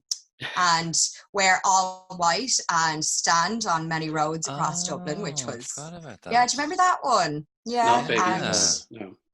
the Open FM extravaganza, which was one of the best days of my life. And Pride, it was my first time ever at the Pride Parade. And it was the best way to go to it because we were in the parade and it was, I loved it, loved every second of it. My first Pride as well, because while I was back at base for Pride Parade itself, I was dragged along to the celebrations afterwards, and you guys. They were good celebrations. Yes, they were. At the back door, I think it was at the time, wasn't it? The back lounge. The back lounge. Yes. The back lounge. And you also did, Michaela, as far as I remember, you also did the flash mobs. Oh, yeah. Oh, I thought you were going somewhere else there. Flash mobs, yes. I remember them being incredibly unimpressed at my dancing ability, which was horrendous. However, we did have a lovely dance crew come in and teach us, and a few good dancers on the Street Angels, but I was not one. I hate. Never heard "Your Love Is My Drug" so many times. In that production suite where we had all the rehearsals. Great. Every time I play that on the radio now, I always think of OpenFM and I'm like, oh, I hope nobody can ever find that flash mob video. That and Cosmic Love are a constant reminder of the station. Yes. Yeah. And actually, it was funny because I was looking back on the flash mob videos, and no, everyone's dancing was really. I didn't realize it was that good. My memory of it was that it was a bit dodgy. But it wasn't dodgy, actually. It was actually really good. Did you watch the videos online, no? No, you tagged me and I was like, can't. No, I'm not a good dancer. So I didn't even like it or give you a little heart. I was like, I'm pretending that this did not happen. And I didn't look at it because my dancing has significantly got worse and it wasn't good then. So, yeah. I like that. Significantly got worse. Yeah. Not only that, like you done some voiceovers as well for the station. Okay, is this embarrassing Michaela Day? 89.9. Proud to celebrate diversity. Hello, Open FM. Hey, is that Michaela? Yeah. Michaela from the Street Angels? Yeah. Really? Oh, wow, perfect. You can tell me all about this big Open FM extravaganza that's happening on Thursday, July the 8th? Oh, I can't really. It's a big mystery. Go on. No, I can't tell you much. But it is happening on Thursday, July 8th. But you're going to have to listen all next week to find out more. It's going to be big? Yeah, it's going to be real big. Real big? Real big. How big? Like the spire big? Go on, it'll be big and pointy and hard. Whoa, steady on. Tune in all next week to find out about the Open FM extravaganza on Thursday, July the 8th. Apparently it's going to be big. Yeah, real big. Yeah, steady on. Open FM. Well done. I don't sound any different, do I? I think I sound less like a sex worker now. I mean, you've come so far, so. I really have. And yet I'm back in my bedroom chatting to you guys. Oh my gosh.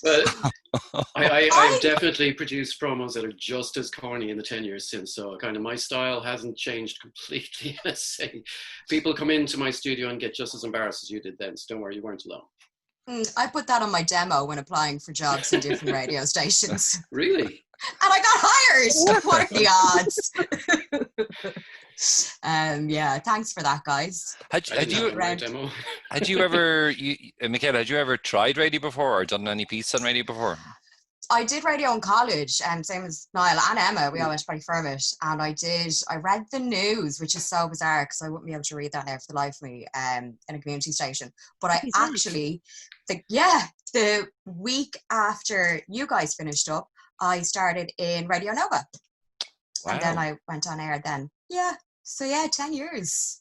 It's really scary. It's a station we had in common. I was in Nova myself. Oh yeah. I was producing Pat Courtney. I was doing some news as well. I was doing overnights, and that was about the extent of my stint in Nova. But yeah, it's a good fun station to be in. Yeah. Michaela, did you say you started the week after and you've been there since? No, I left Nova Oh, 6 sorry. years ago. No. So yeah, I was in Nova for 4 years. I kind of started on reception and then I got on air Oh, I doing remember that, overnights and features. Yeah, and then iRadio came and knocked iRadio, in and yeah. offered me a full-time show and I was like, yes. So yeah, now people get to listen to me every single day. And there's not happy about it. They're not. Emily, did you want to ask a question? I was like, I thought you were going to go there. You're the interviews. Niall, did you have a favourite memory from the OpenFM days, or a famous? Maybe it wasn't. Maybe it was an embarrassing one or something. Oh, there's so many, but like the big one for me. Well, I suppose initially the kind of very first and one of the earliest interviews, I did a load of the overnights, kind of pre-recorded mixes of music just to keep us going. And the first time when we hit that button at midnight, when I had a big countdown produced into it, and the countdown ended, there's a little gap, and then the strains of Cosmic Love began after a little jingle. And that was it. We were on air, and that was like excitement and a calm expectation before the storm, and hope, and oh God, do we know what we're doing? It was all that rolled into one in a few seconds. It was brilliant. But I suppose the biggest memory was that time that I'd been awake for, I think, 36 or 7 hours. When you came to get me. And like to put it into context, the night before I didn't sleep because I was up helping Mario put the Panty to Paisley documentary. Yeah, fantastic documentary. I meant to listen back to it today actually because I found that I have it on the backup CD here, but I believe he's done reproduction on it since. But the one that actually went out on air, we were literally up all night just putting that together. It went out, and I was manning the desk then for Pride, and then you came back to get me after doing the desk, and the fun of that. As you started, I'm going home. It's not happening. And you dragged me into town for the party that I would never forget. It's like a mixture of just tiredness and like the satisfaction from what had been a day and a half of just making great radio, and then mixing that into just taking part in an amazing party, the likes of which I've never been to. So it was an amazing feeling. Fantastic. Yeah, that was a special documentary. I've got the intro here actually. If we want to have With Michaela again, I think, isn't it? Michaela is the DO again, yeah. Kicking off Pride Day 2010. This is From Paisley to Panty.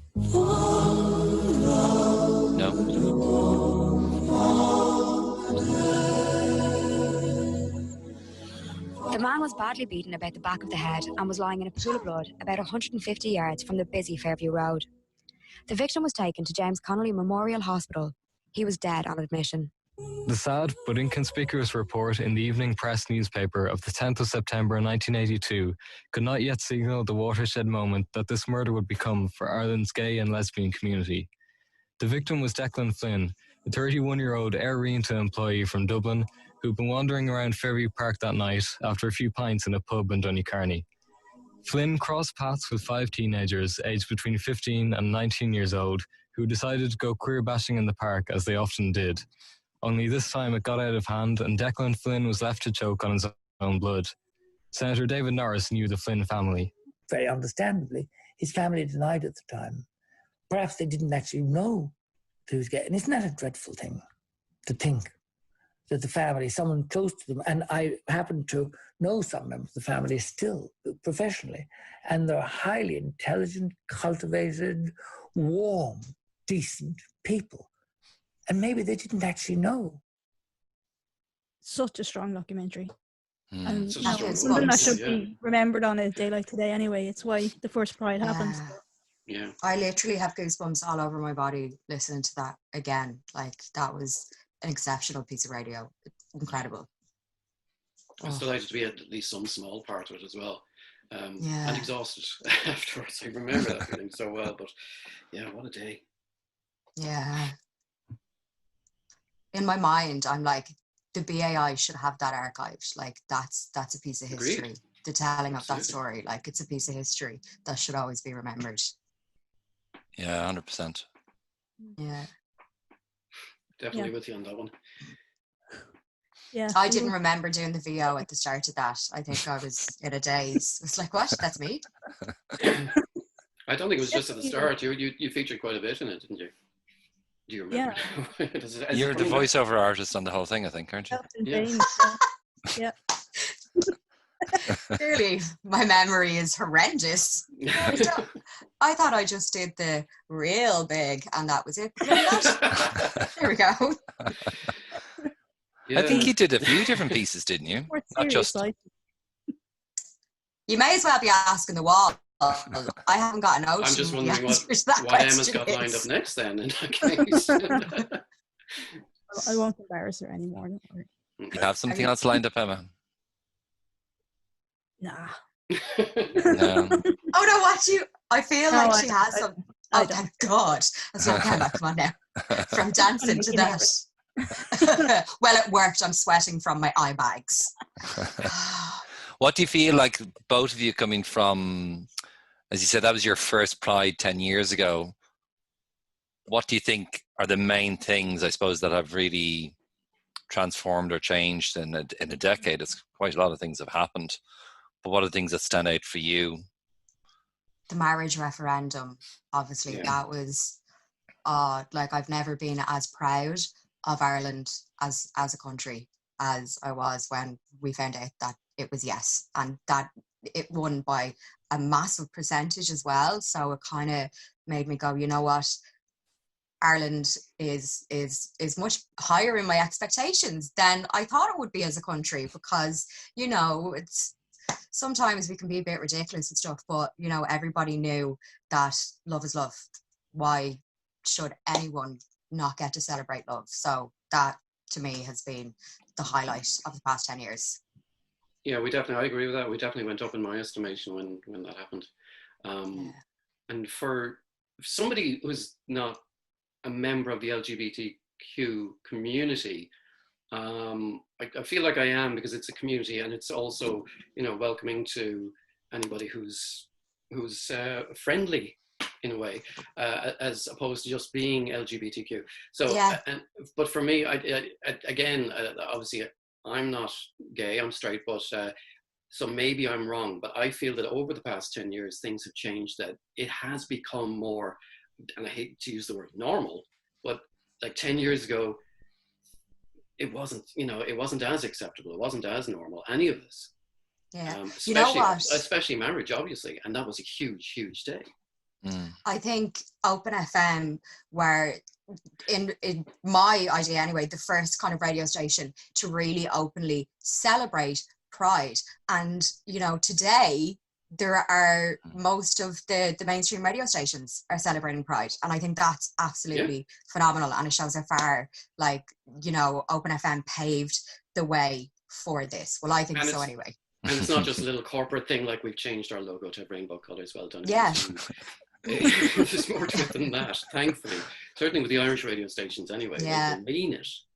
Yeah. Think. Yeah, there's been some really... Sorry, I was going to say there's been some really amazing stuff that's been done with, because they've done the digital Pride this year, because we're not on the streets today. Yeah. So Eddie McGuinness we were chatting to him, and he's been leading up the Pride, the digital Pride, you know, so they've brought things online, and I think they're a media partner with RT again this year, are they, Emma? Is that right? I think they are. But anyway, he said it brought new challenges as well, where, like, you know, because everybody's locked at home and not able to go out, that there was a lot of the community, like older community people who maybe had accessibility issues and stuff, that actually there's more stuff for these people this year online as well. You know, so, that's lovely. Amazing, yeah. So it's an even more inclusive Pride than... Yeah, exactly, even more inclusive, yeah. Oh, that's phenomenal. What about for you guys? How, like, what's been your moment? The interviewer becomes the interviewer. Yeah, actually, funny. I what one? The interviewer becomes the interviewee. I think for me, actually, when you mentioned that moment in time where I remember I think we spoke for a couple of seconds as the station went on air, or did we speak? Can't remember. Did we say something when we went on air? Those two moments, the very beginning of the station going on air, just that experience of knowing that, even though I knew it was going to be really stressful in the next 30 days, it was just so much effort, so much energy, so much passion. So many conflicting emotions at once. So whatever, just that point in time, I always remember, and the fact that my stubbornness over the fact that I wanted to be the 13th because it's my lucky number. So is that why? Yeah, well, it's also a number. It's also a number for transformation as well. So. Oh, okay. And then, so that point, and then when we were all in the studio on the very last day, like the same feeling nearly, but just in the other way, where you're like. But at the same time, I think we'd done so much. There was that breath of going, okay, we can all take a break. We can relax. Yeah. So yeah, those two moments are pretty special. Emma? No. Mine was the Pride bus OB. Yeah. Yeah. Yeah. Like I said earlier on I don't remember who we were speaking to earlier, but yeah, it was. Yeah, that was just a moment when it worked. Has anything like that ever been done since? As a moving OB? Or? It's in a moving OB. Like, I've never heard, like, has it? No, I mean, Gary, I agree with you. ever? I don't think anybody has, no. Yeah, I think, yeah. So like, we own it. Yeah. 10 years later, and we still own it. Like all this equipment now comes battery powered, and it'll work off a 4G modem and everything. It's so much easier to do these days, but it was not easy to do that day. No. But you made it work, and like it worked so well. I'm so surprised that people haven't done it. So I'm just gonna ring my boss. And see he wants to do it. I'm just wondering though, what is the benefit for anybody else other than being part of a parade to doing a moving outside broadcast? Yeah, you go and convince your boss. Do that. Oh, sure. Yeah, when you think about it, actually, it is crazy. Like I during the last couple of months, I started getting cycling because I was putting on a bit of a belly. So I went out cycling every single morning, starting the 1st of April. And at the beginning, I was like trying to do different things with the GoPro, and then I actually got a piece of software on my phone that connected to my GoPro and broadcast live on Facebook. No way. You're just like, what? Do you mean like, when you think, so I was like cycling and everyone could see me. No, it's not very exciting, me cycling and talking, but anyway, that's how easy it is to do on your mobile phone and the GoPro, Wasn't so easy 10 years ago. Yeah, I'm doing a drive time show from the spare room today. Next week I'm on breakfast, and I'll probably be doing it from my mother-in-law's house. Things have definitely gotten easier over the years, but I mean that just means that they were harder back then, but we did it. I was gonna say, imagine if it had happened again, or if it does happen again, how massive and successful it will be, considering how much you were able to do with it 10 years ago with not as much technology. Yes. And over only 30 days. Yeah. So exciting. I won't be doing any more promos where I talk about things being as big as the Spire. Them days are behind me. You've moved up in the world. I have. They're as big as the Eiffel Tower now. Oh my God. I haven't matured at all. Thank God. Expected you to. But yeah, no. I do want to say though, like, when I think back at it, like, I do want to thank you guys for letting me be part of OpenFM, because I came in as an ally, and I thought I was quite educated on the LGBT community, and I wasn't at all. And ever since, but like it's I can admit it now because it's 10 years on. I think I would have been ashamed to admit it then, but since being involved in OpenFM, like, I've kind of made it my mission to constantly kind of educate myself and learn more about the community, learn more about what I can do to help. Like, it was great that I was accepted with such open arms, even though everyone is probably like, this one has an ocean. What is going on? So, it was you was were great. adorable and lovely. Well. Everybody loved you, Michaela. It's not what they said behind my back. No, I mean, I could just echo those words exactly. I didn't think that this was going to be for me. I didn't think that, I'm not part of the community. Why would they really welcome me? And my God, was I welcomed as an ally as well. I'd never been so welcomed into a group in a community like that and made to feel like one of you, which was fantastic. And I was ignorant to a lot of what was going on, and a lot of what was. I would have been the same person maybe 3 or 4 years previously who heard of a pride parade going on, and you couldn't drive through the city because of it, and giving out because I can't go to that parade, and not understanding why you had to have a parade, and not understanding why you had to get those issues to the fore and get out there and shout. And and on that very day, when I finally was at the back lounge and having that pint, I was looking back at myself 3 or 4 years previously, going, he was not an idiot, but just ignorant and didn't know. And I'm glad, and I was glad that I was educated, and I was glad that I got involved, and that I was so welcomed. And thank you again. Yeah, Thank honestly, you. from both of us, it was lovely. I really Thank enjoyed you. it. If I could go back, I would. Still going, great. Niall, are you doing a show? No, I'm just nodding. Just doing a bit of DJing whilst he's there, it's Niall. He could do it, actually, probably. Voice track for half an hour and then go talk to the lads. Yeah. No, it's not at this stage of the evening. No, I'm out. Thank you very much, guys. Thank you very much. It's so lovely to chat to you. Great to be included again. Yeah. Yeah. And happy Pride as well. Yay! Happy I've got my Pride. multicolored lights on in the background. It's the best I can do. And now you can see my makeup bag, which was very badly hidden. Special rainbow effects. It looks like it has a rainbow's colours in it. And then we've got rainbow colours on Niall's as well. And all the I can on-air light say is off, you see. The on-air light. I thought this on-air light was going to be about 5 times bigger. So Amazon, sort your reviews out. But it serves its purpose. If I turn it on, though, you'd only see a bright white light there, so I just turned it off. So, but yeah. But thank you guys. Yeah, but honestly, thank you guys so much. I hope you're going to be celebrating later. Yes, and having a most great day. definitely. Yes. 1 or 2 Most definitely. 1 or 2. I think we should just, you should organise a massive Zoom and then have all of the Open FM lot on later and just have drinks, and it would be carnage. It'd be amazing. Love it. Looking in. What? I'd be upside down. Gin and tonic. Trying to see what's RJ drinking?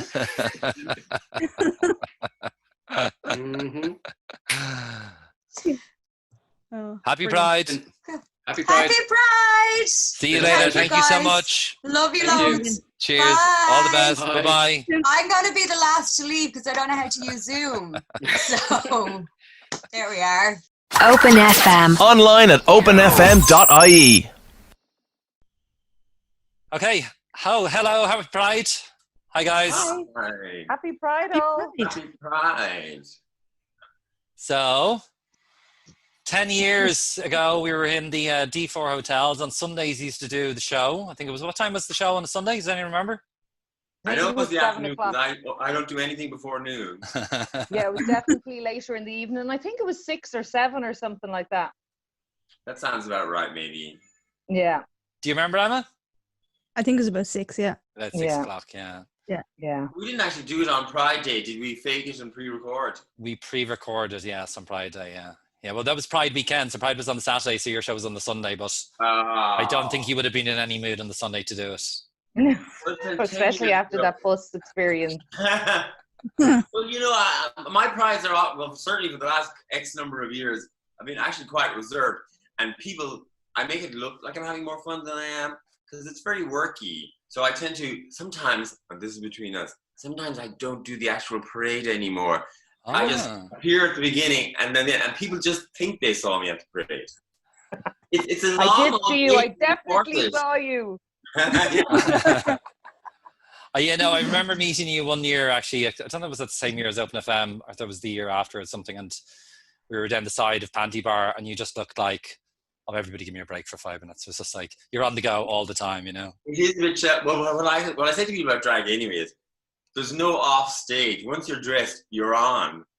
Because even if you're just sitting at the bar or something, people, there's a tension on you in a way that there isn't if you're in a t-shirt. So you can never, for one moment, you're never off as soon as you're in the drag. And I think that's part of the reason why it's exhausting. And at my age, it gets harder. So do you have any... 10 years ago. Do you have any stick-out memories, any stick-out guests who you remember from when you did the show? Well, my abiding memory of it is that it was being broadcast from that abandoned hotel, which is now a hotel again. D4 Hotel. D4 Hotels, yeah. But was it the Burn? No, what was it called before that? The Jury's Inn. Or was it Jury? Was it Jury? Inn. Jury's Hotel, yeah, Jury's. Yeah. And so it always had this slightly odd quality about it, like we were broadcasting after the apocalypse or something. That's what I remember. I do remember the show was fun. It made me realize that actually I like radio, and that you don't have to do all the dressing up. People don't know. Yes. Because they think they're hearing you. Yeah. But I remember, I suppose, like with myself and Brendan and yourself, Rory, like one of the most, I used to love having to, we would meet in the panty bar and have our production meetings, which was pretty cool. Of course. So that was pretty awesome. And I don't know if you remember this, because I was looking back through some emails, because I mean, we had remember we tried to track down Jean Byrne, the weather lady? Oh, okay. Because she was top of your list. Rory, you wanted her on that show, and unfortunately, I did get her eventually to come to Panty Bar's Eurovision party and be a judge. Did you? Yeah. Because she was so honoured that she was top of your list, but unfortunately she was away. Do you remember me trying to track down Bette Midler? She was due in Ireland that summer. She was making a movie called, was it Sweet Baby Jesus or something, or Sweet? Yeah, and it was being filmed in Ireland. You guys not remember this, so I emailed. I do not remember that. We were kind of busy. It was Brown Bag Films, I think, and I emailed them and was like, "Hi, I'm producing a show, the Panty Show, and we'd love Bette Midler to be." And in fairness to them, I got this random phone call one day from this like American like guy, and I thought it was one of you guys taking the piss actually. But they were like, we're so sorry, Miss Midler is not due in Ireland till August, but leave it with us and we'll see, if we can get her to, give you a call. Unfortunately, 10 years later, I'm still waiting for the call. Yeah, that was nice for her. She's herself and Dolly are one of the ones that, and I'll tell you the other ones, Gloria Estefan. They're really good at making the little videos for fans and the shout outs and doing that sort of stuff that you think they wouldn't bother with. Yeah. So, See, Bette Midler is back actually on TV. Has she ever been gone? On The Politician.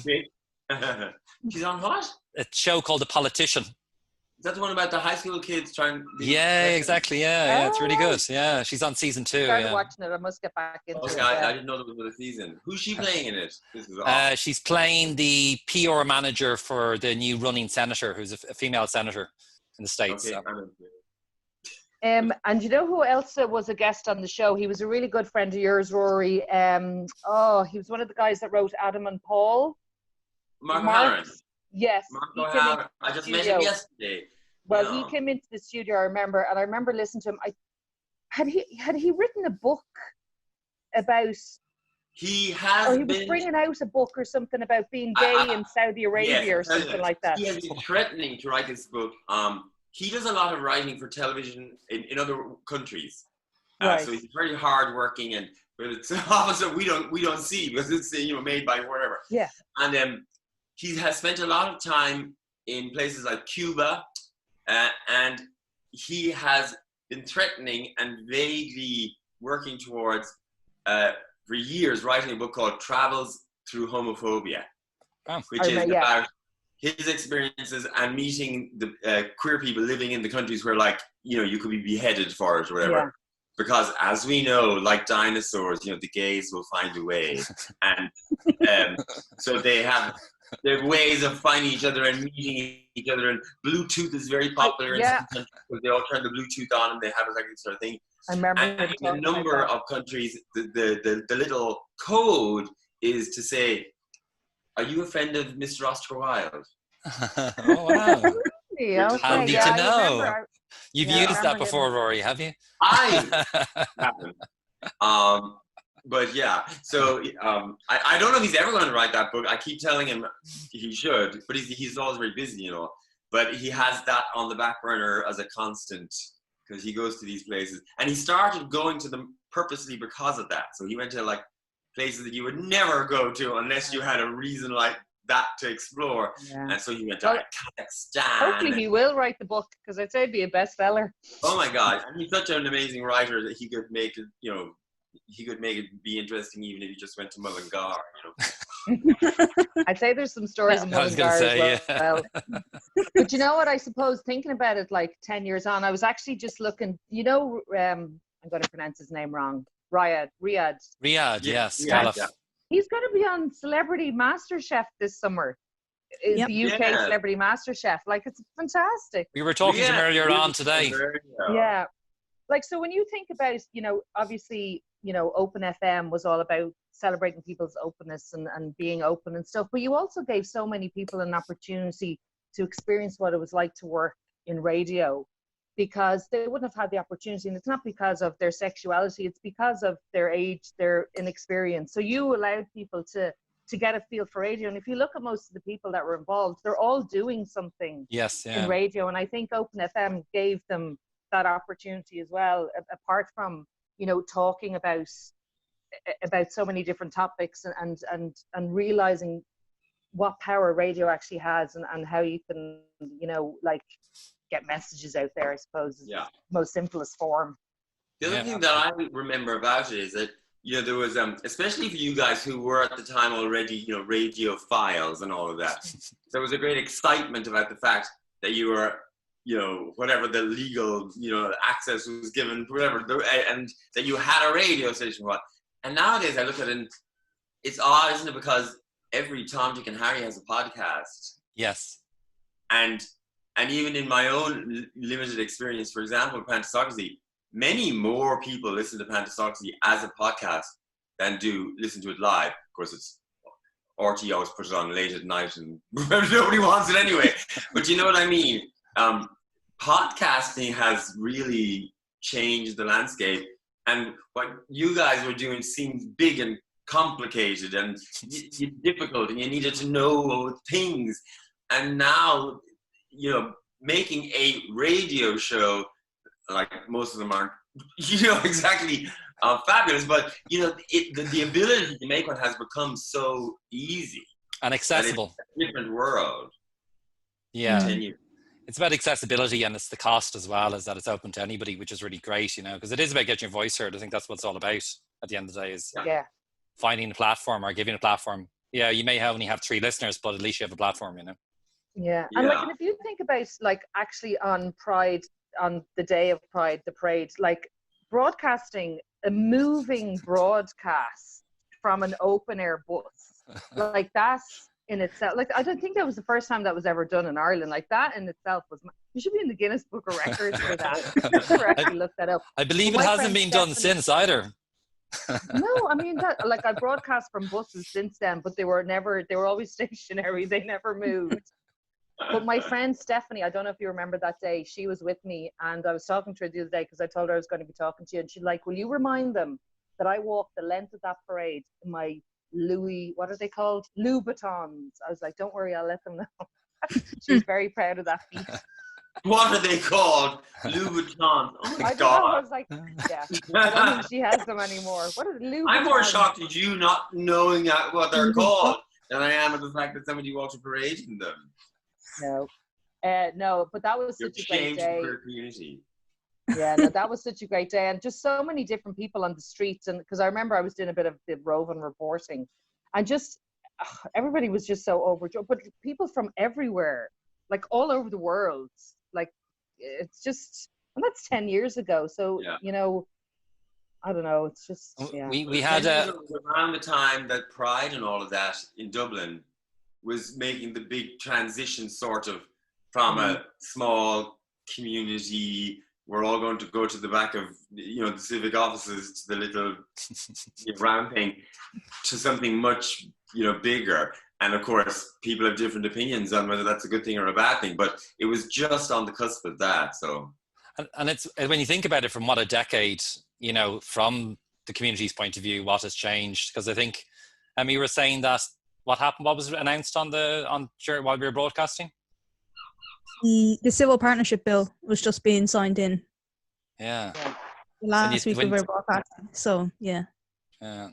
Well, we've just celebrated 5 years since marriage equality, so it's amazing that the civil partnerships, lasted long.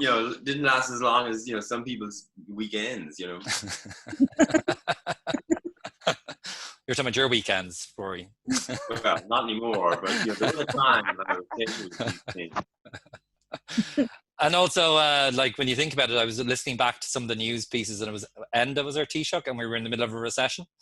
Slightly different change, when you think about it. Just a pandemic now, just a global pandemic, which is like, I mean, like obviously, I would love to think that we would be doing this in person if it wasn't for a global. I can't even say it. Like myself, my friend, a little bit later on today, her son now. He's 6 now, and he's been going to the parade since he was a baby, And last year, actually, we were up at just around Christchurch. There were turns, where it turns to come down and go down towards Smithfield, and there was a little break in the floats. So I brought him under the barrier, and the two of us walked for like a few minutes. He was waving his flag. He was delighted with himself. So we're going to do something later on this afternoon. Like we're going to have our own virtual little kind of get together for him because he loves it, Well, obviously my pride, I mean, everyone's pride is going to be very different. But I've been working pride for 20 years or something. I've been in, all of ours and most of the parades parts. And about, I don't know, 100 other pride parades in other countries and other towns or whatever, and so it's going to be very weird today. Yes. Are you secretly a bit delighted that you can just celebrate it your own way? You don't have to kind of. If the reasons for it were different, I'd actually, a good part of me immediately be like, oh, actually, yeah, because it is a long day.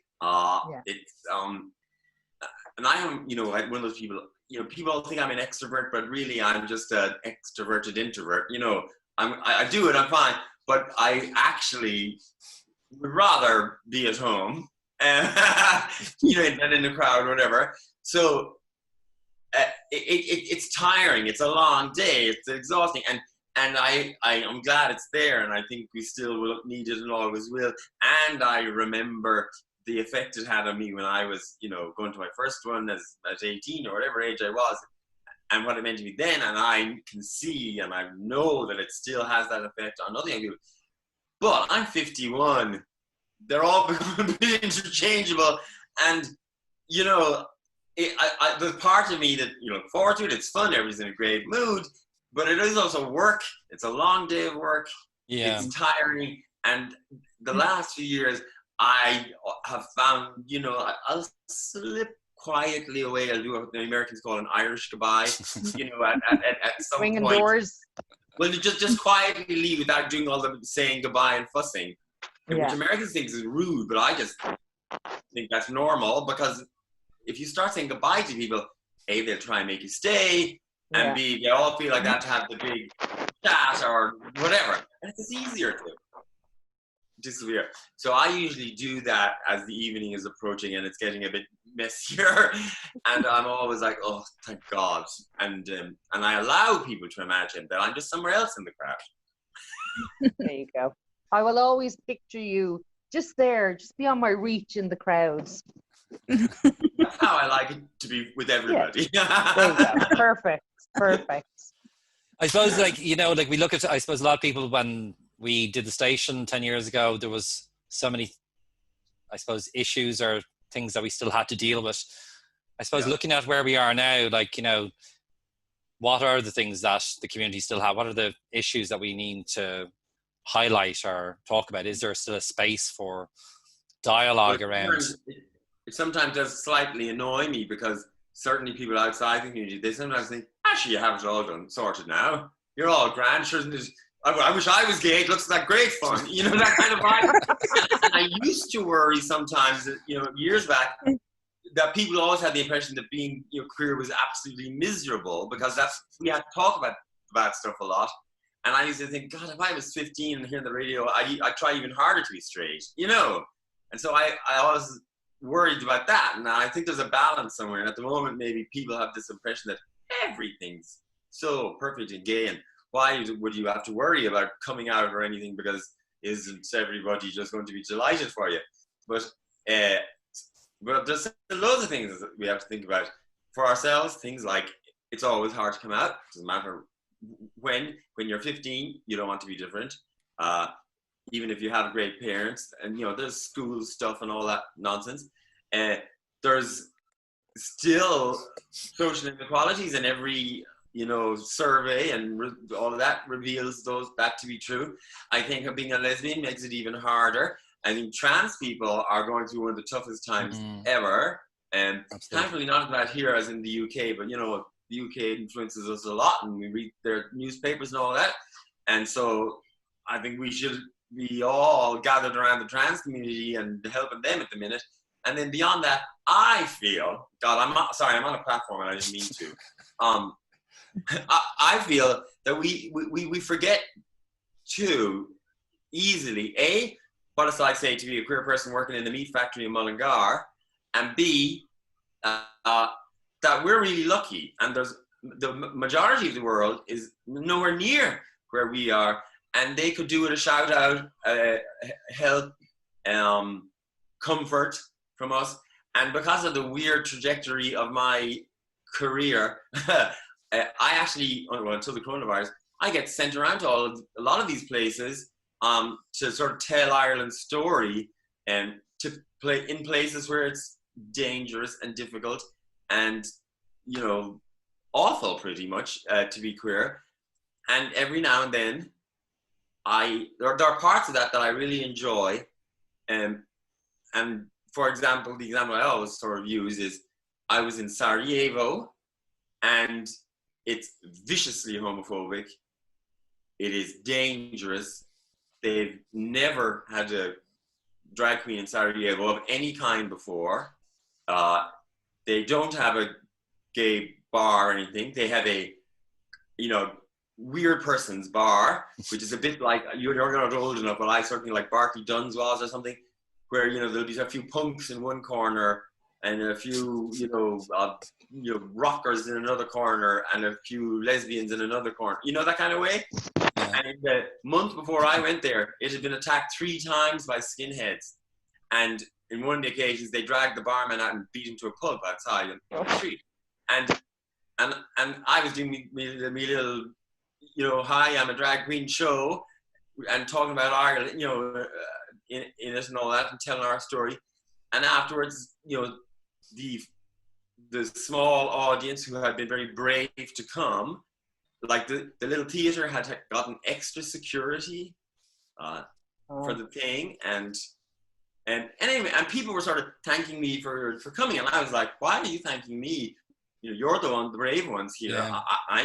I have an extra security man, and I'm here with the Irish embassy. I feel totally but safe. So thank you. And this 17-year-old lesbian came up to me and talked to me, and she was miserable and depressed, and when you're 17, you think nothing will ever change. You can't imagine change, and you can't imagine change so big that she wanted to be. And I'm sitting there, and I'm able to tell her about Ireland, and I'm saying to her, okay, I know you think I'm a granny, but I'm actually, to me, I was your age, last month. It feels like nothing. And when I was your age, things are pretty similar in Ireland as they are here in Sarajevo now. And, I also thought then nothing's ever going to change, or I couldn't imagine it. And most people my age did what she was planning to do, is to get the fuck out of there. And I said, that was a missed opportunity for us. We lost a lot of really talented and fun and good people who, went off and gave all their talents to other places. And I said, but Ireland now is, they fucking, it's an entirely different place. They fucking, think a drag queen is a bloody saint in Ireland now. And so our story is important to other people, because we prove that actually, really immense, important, big social change is possible. Yeah. It does happen, can happen, and you can make it happen. And I think she left our little conversation somewhat less depressed about the situation. Now, it probably last half an hour, but do you know what I mean? We can do that. Yes. And by the way, broadcasters can do that better than anybody else. Tell that kind of story to people who need to hear it. Sorry, I got off my platform. That's beautiful. No, and actually, it's interesting you say that, because I just remembered another guest that we had on the show. Do you remember Conor Prendergast? I do. Him and his brother Darren. They were brought up by two moms basically, and he came on the show and talked to everybody about that experience. You know, so you're right. He did that a lot during the referendum campaign. He was like if you want to put it, he was a good weapon on our, for us. Yeah. So you're right. So using the power of broadcasting, of radio, to tell somebody's story, so somebody that hears it goes, "Oh God, that is me, or could be me, or that is my story." And during the referendum, everybody's heard a million times that what won it was the power of the personal story and all that. And they were all being told, or the most effective ones were being told on radio and TV, but in particular radio, because I think it allows people to feel more intimate or something when they know there isn't a camera sitting in front of them or a live audience. And so, whatever, the people who told their stories at Chamari and Finucane or whatever had huge impacts. So every now and then, radio's it's a good medium for. What is the new show about, Rory? Or can you tell? Which new show? Your new. Yeah. We're just doing another season. It's season 5, which seems weird. It's 5 years, but we only make, depending on RTE's mood, they don't really know what to do with us. Whatever, anywhere between I think 12 was the most we had in a season. So, so this year we're starting in July and running for 2 months. Every Thursday, and it's the usual guests, music, chat. Really serious stuff, and then I make a dick joke. And Lisa, what are you doing? End us off with a good dick joke. Pardon? Yeah. Lisa, what are you doing at the moment? Well, I'm doing all sorts. I'm working with the Alzheimer's Society of Ireland. I'm part of their communications team, and it's really interesting because we have some working groups. So we have the Irish Dementia Working Group, and then our DCCM, which is our Dementia Carers Campaign Network. And we're all about being inclusive, and we've 1 or 2 of our members are from the community and stuff. And we today is, I think, I'm trying to think, because I've been off this week. So the other person that works on the communications team, but today especially, we're putting out a message of, anybody that finds themselves in a position with, with a new diagnosis, that we're all inclusive, and anybody, we help everybody, I suppose. Also, I'm doing a bit of radio over in the UK, actually, on a station over there. They're launching next week. During the pandemic, I built myself a recording studio in my wardrobe. Nice. So I climb into the wardrobe and I record once a week. Narnia. It's great. I love it. Yeah, I love it.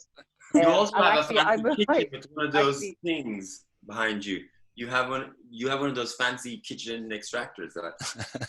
Oh yeah, well I stuck myself up into that. No, but it's funny because when the whole pandemic happened, I actually moved back to my mother's just to be there with her. So the recording studio's in the wardrobe in her room. It's actually my dad's old wardrobe, and I was in there the other day, but I didn't tell her. So she walked into the bedroom, and I just stuck my head out, and the poor woman nearly had a heart attack.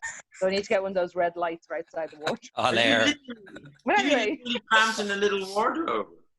No, but it's perfect. It's no, because it's perfect height. I can stand in it. I've lined it all. I have my mic. It's perfect. There's loads of space. I can even sit down. You're in the closet. Yeah, I'm in the closet, man. I'll be coming out soon. Do you have any questions that you want to ask, or? I think we've covered everything. Yeah. Amazing. No, Sam, I have a question. Who made the decorations behind you? Oh, that's me. That's me. You've got to celebrate. Sam. Yeah, we did.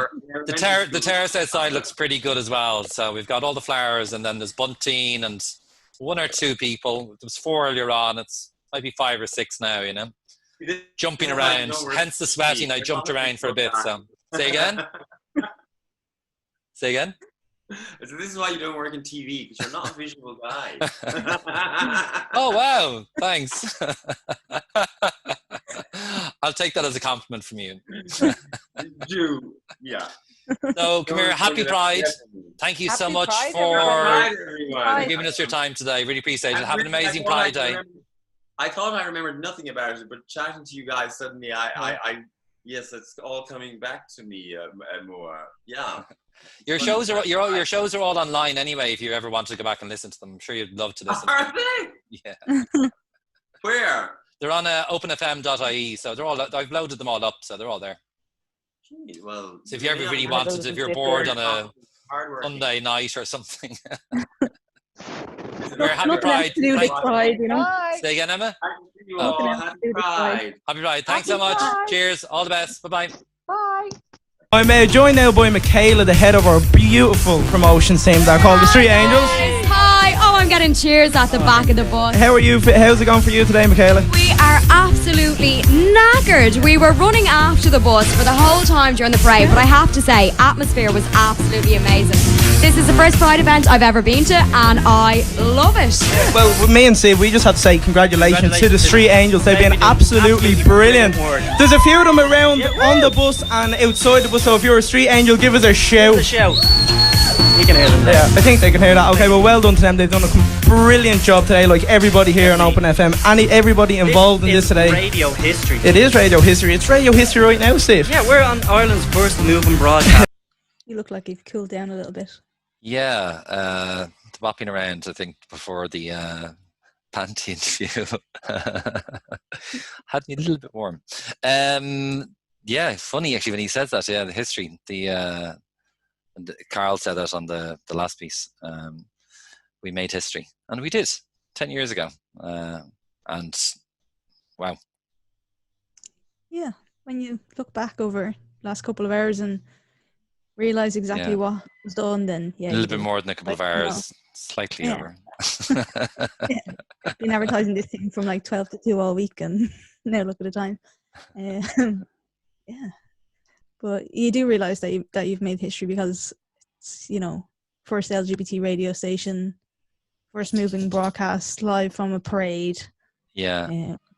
The Paisley the Panty documentary, that was incredible, and just everybody involved. It was just everybody volunteered, and I'm not sure anybody ever knew that every single person at one stage, I think the crew went up as high as 90 or something, with all of the Street Angels and all of that. Yeah. And everybody just gave their time, and we got and actually so much stuff was given to us as well. We got so much stuff given to us for free that allowed it to happen. So if it wasn't for them, it would never have happened. It was crazy to see all the faces. It was like as if, and a lot of people said it as well. Like it was like as if it was just yesterday or something, And the energy with everybody in the groups was really high. It was like everyone was so excited to see each other. It was so funny. Yeah, very, very, very, very special. It was a very, very special time and a beautiful thing. I'm so glad that my friend Declan, who when I mentioned it on the night of the 13th of June or the 14th of June or whatever, he was like, sure, why not do a show? That was 2 weeks ago. And Saturday 2 weeks ago, and here we are. Somehow pulled together. Somehow, as always. And apart from me stretching it on, not a beat of sweat. FM way. It was so easy, the whole thing. It's a doddle, I'm really glad that we just did the 2 hours-ish show, Yeah. So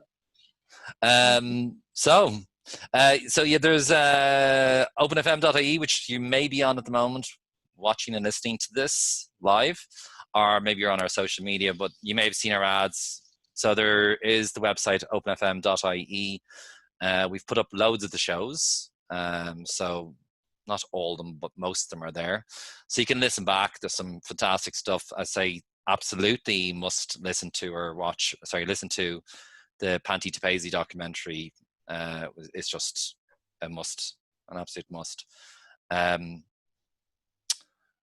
then, of course, all of the other fun ones. There's even some great sets from the DJ Angels. and all of the open mouth and the panty show and etc. etc. So yeah. Insane.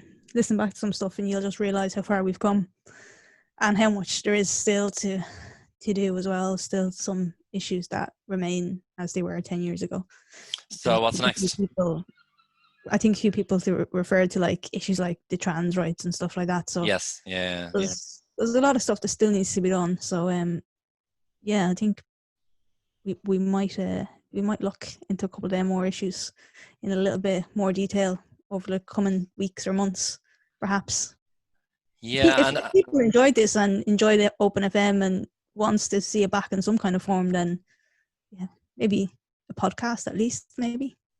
Yeah, and actually let us know as well, like tell us, like if you were to, not say if, I know you did, enjoy this today, let us know, tell us through social media, send an email to hello@openfm.ie, and actually even tell us what issues you'd like to be covered in a podcast series. I think Panty was talking there at the end, or Rory was talking about how podcast has become a format that allows us to get our voices out. So there will be an Open FM podcast going forward, and we'd like to, I said, we've always thought about making sure that the voice was inclusive and that it was open and that it's your voice. It's not, we're just here to facilitate. So let us know what you'd like to hear and maybe we can cover it. Or maybe you can be a guest on it even. That would be superb. Yeah, we had a couple of messages and lines that we used when we first originally started. A space that celebrates openness through sound, proud to celebrate diversity, and that still stands. So that's definitely something that we can look at. Yeah. So, Pride. Happy Pride. We've come to the end. I think we've kept you long enough. I think we have, and you'll probably hear the whines of my doggy in the background as well. She's like, "Really? Come on, I've had enough now. Let's go." It's party time. It's party time. So get out there and enjoy Pride. I know we are going to go to, so we might have a couple of drinks to celebrate. And thanks, actually. Thanks back to everyone who was involved 10 years ago. Not everybody could get involved today. But the ones who did, enormous thanks. Really appreciate giving your time. We're getting the cut on this. Really appreciate your time. It means a lot. Open FM means a lot and meant a lot to a lot of people. So thank you. It means a lot. And I'll say thank you as well. Just echo those. So enjoy Pride. Happy Pride. Happy Pride. And be safe and keep your distance. And as Lisa would say, don't touch your face. Wash your hands. Happy Pride. Go and enjoy yourself. All the best. Bye-bye. Good luck. Bye-bye. We've got some interesting facts about Pride, just in case you didn't know. What is the reason behind the rainbow flag? Exactly. Well, there's a different reason for every single colour on that flag. Do you know as well that there was originally 2 more colours on the flag? What were they? There was originally a hot pink as well as a turquoise in there. Ah. So hot pink represents sexuality. Red on the flag represents life. We've got orange on the flag. That represents healing. Yellow represents sunlight. Green represents nature. Turquoise, which is now gone, that represented magic and art. We had indigo, that represents serenity and harmony. We've also got violet, and that represents spirit. Now, what colour would you choose? I'd choose indigo myself. I just love that kind of darky blue. I don't know, I'd be all about the green, I'd say. You're all about the nature. Yeah, all about. I'm a little bit ginge, so kind of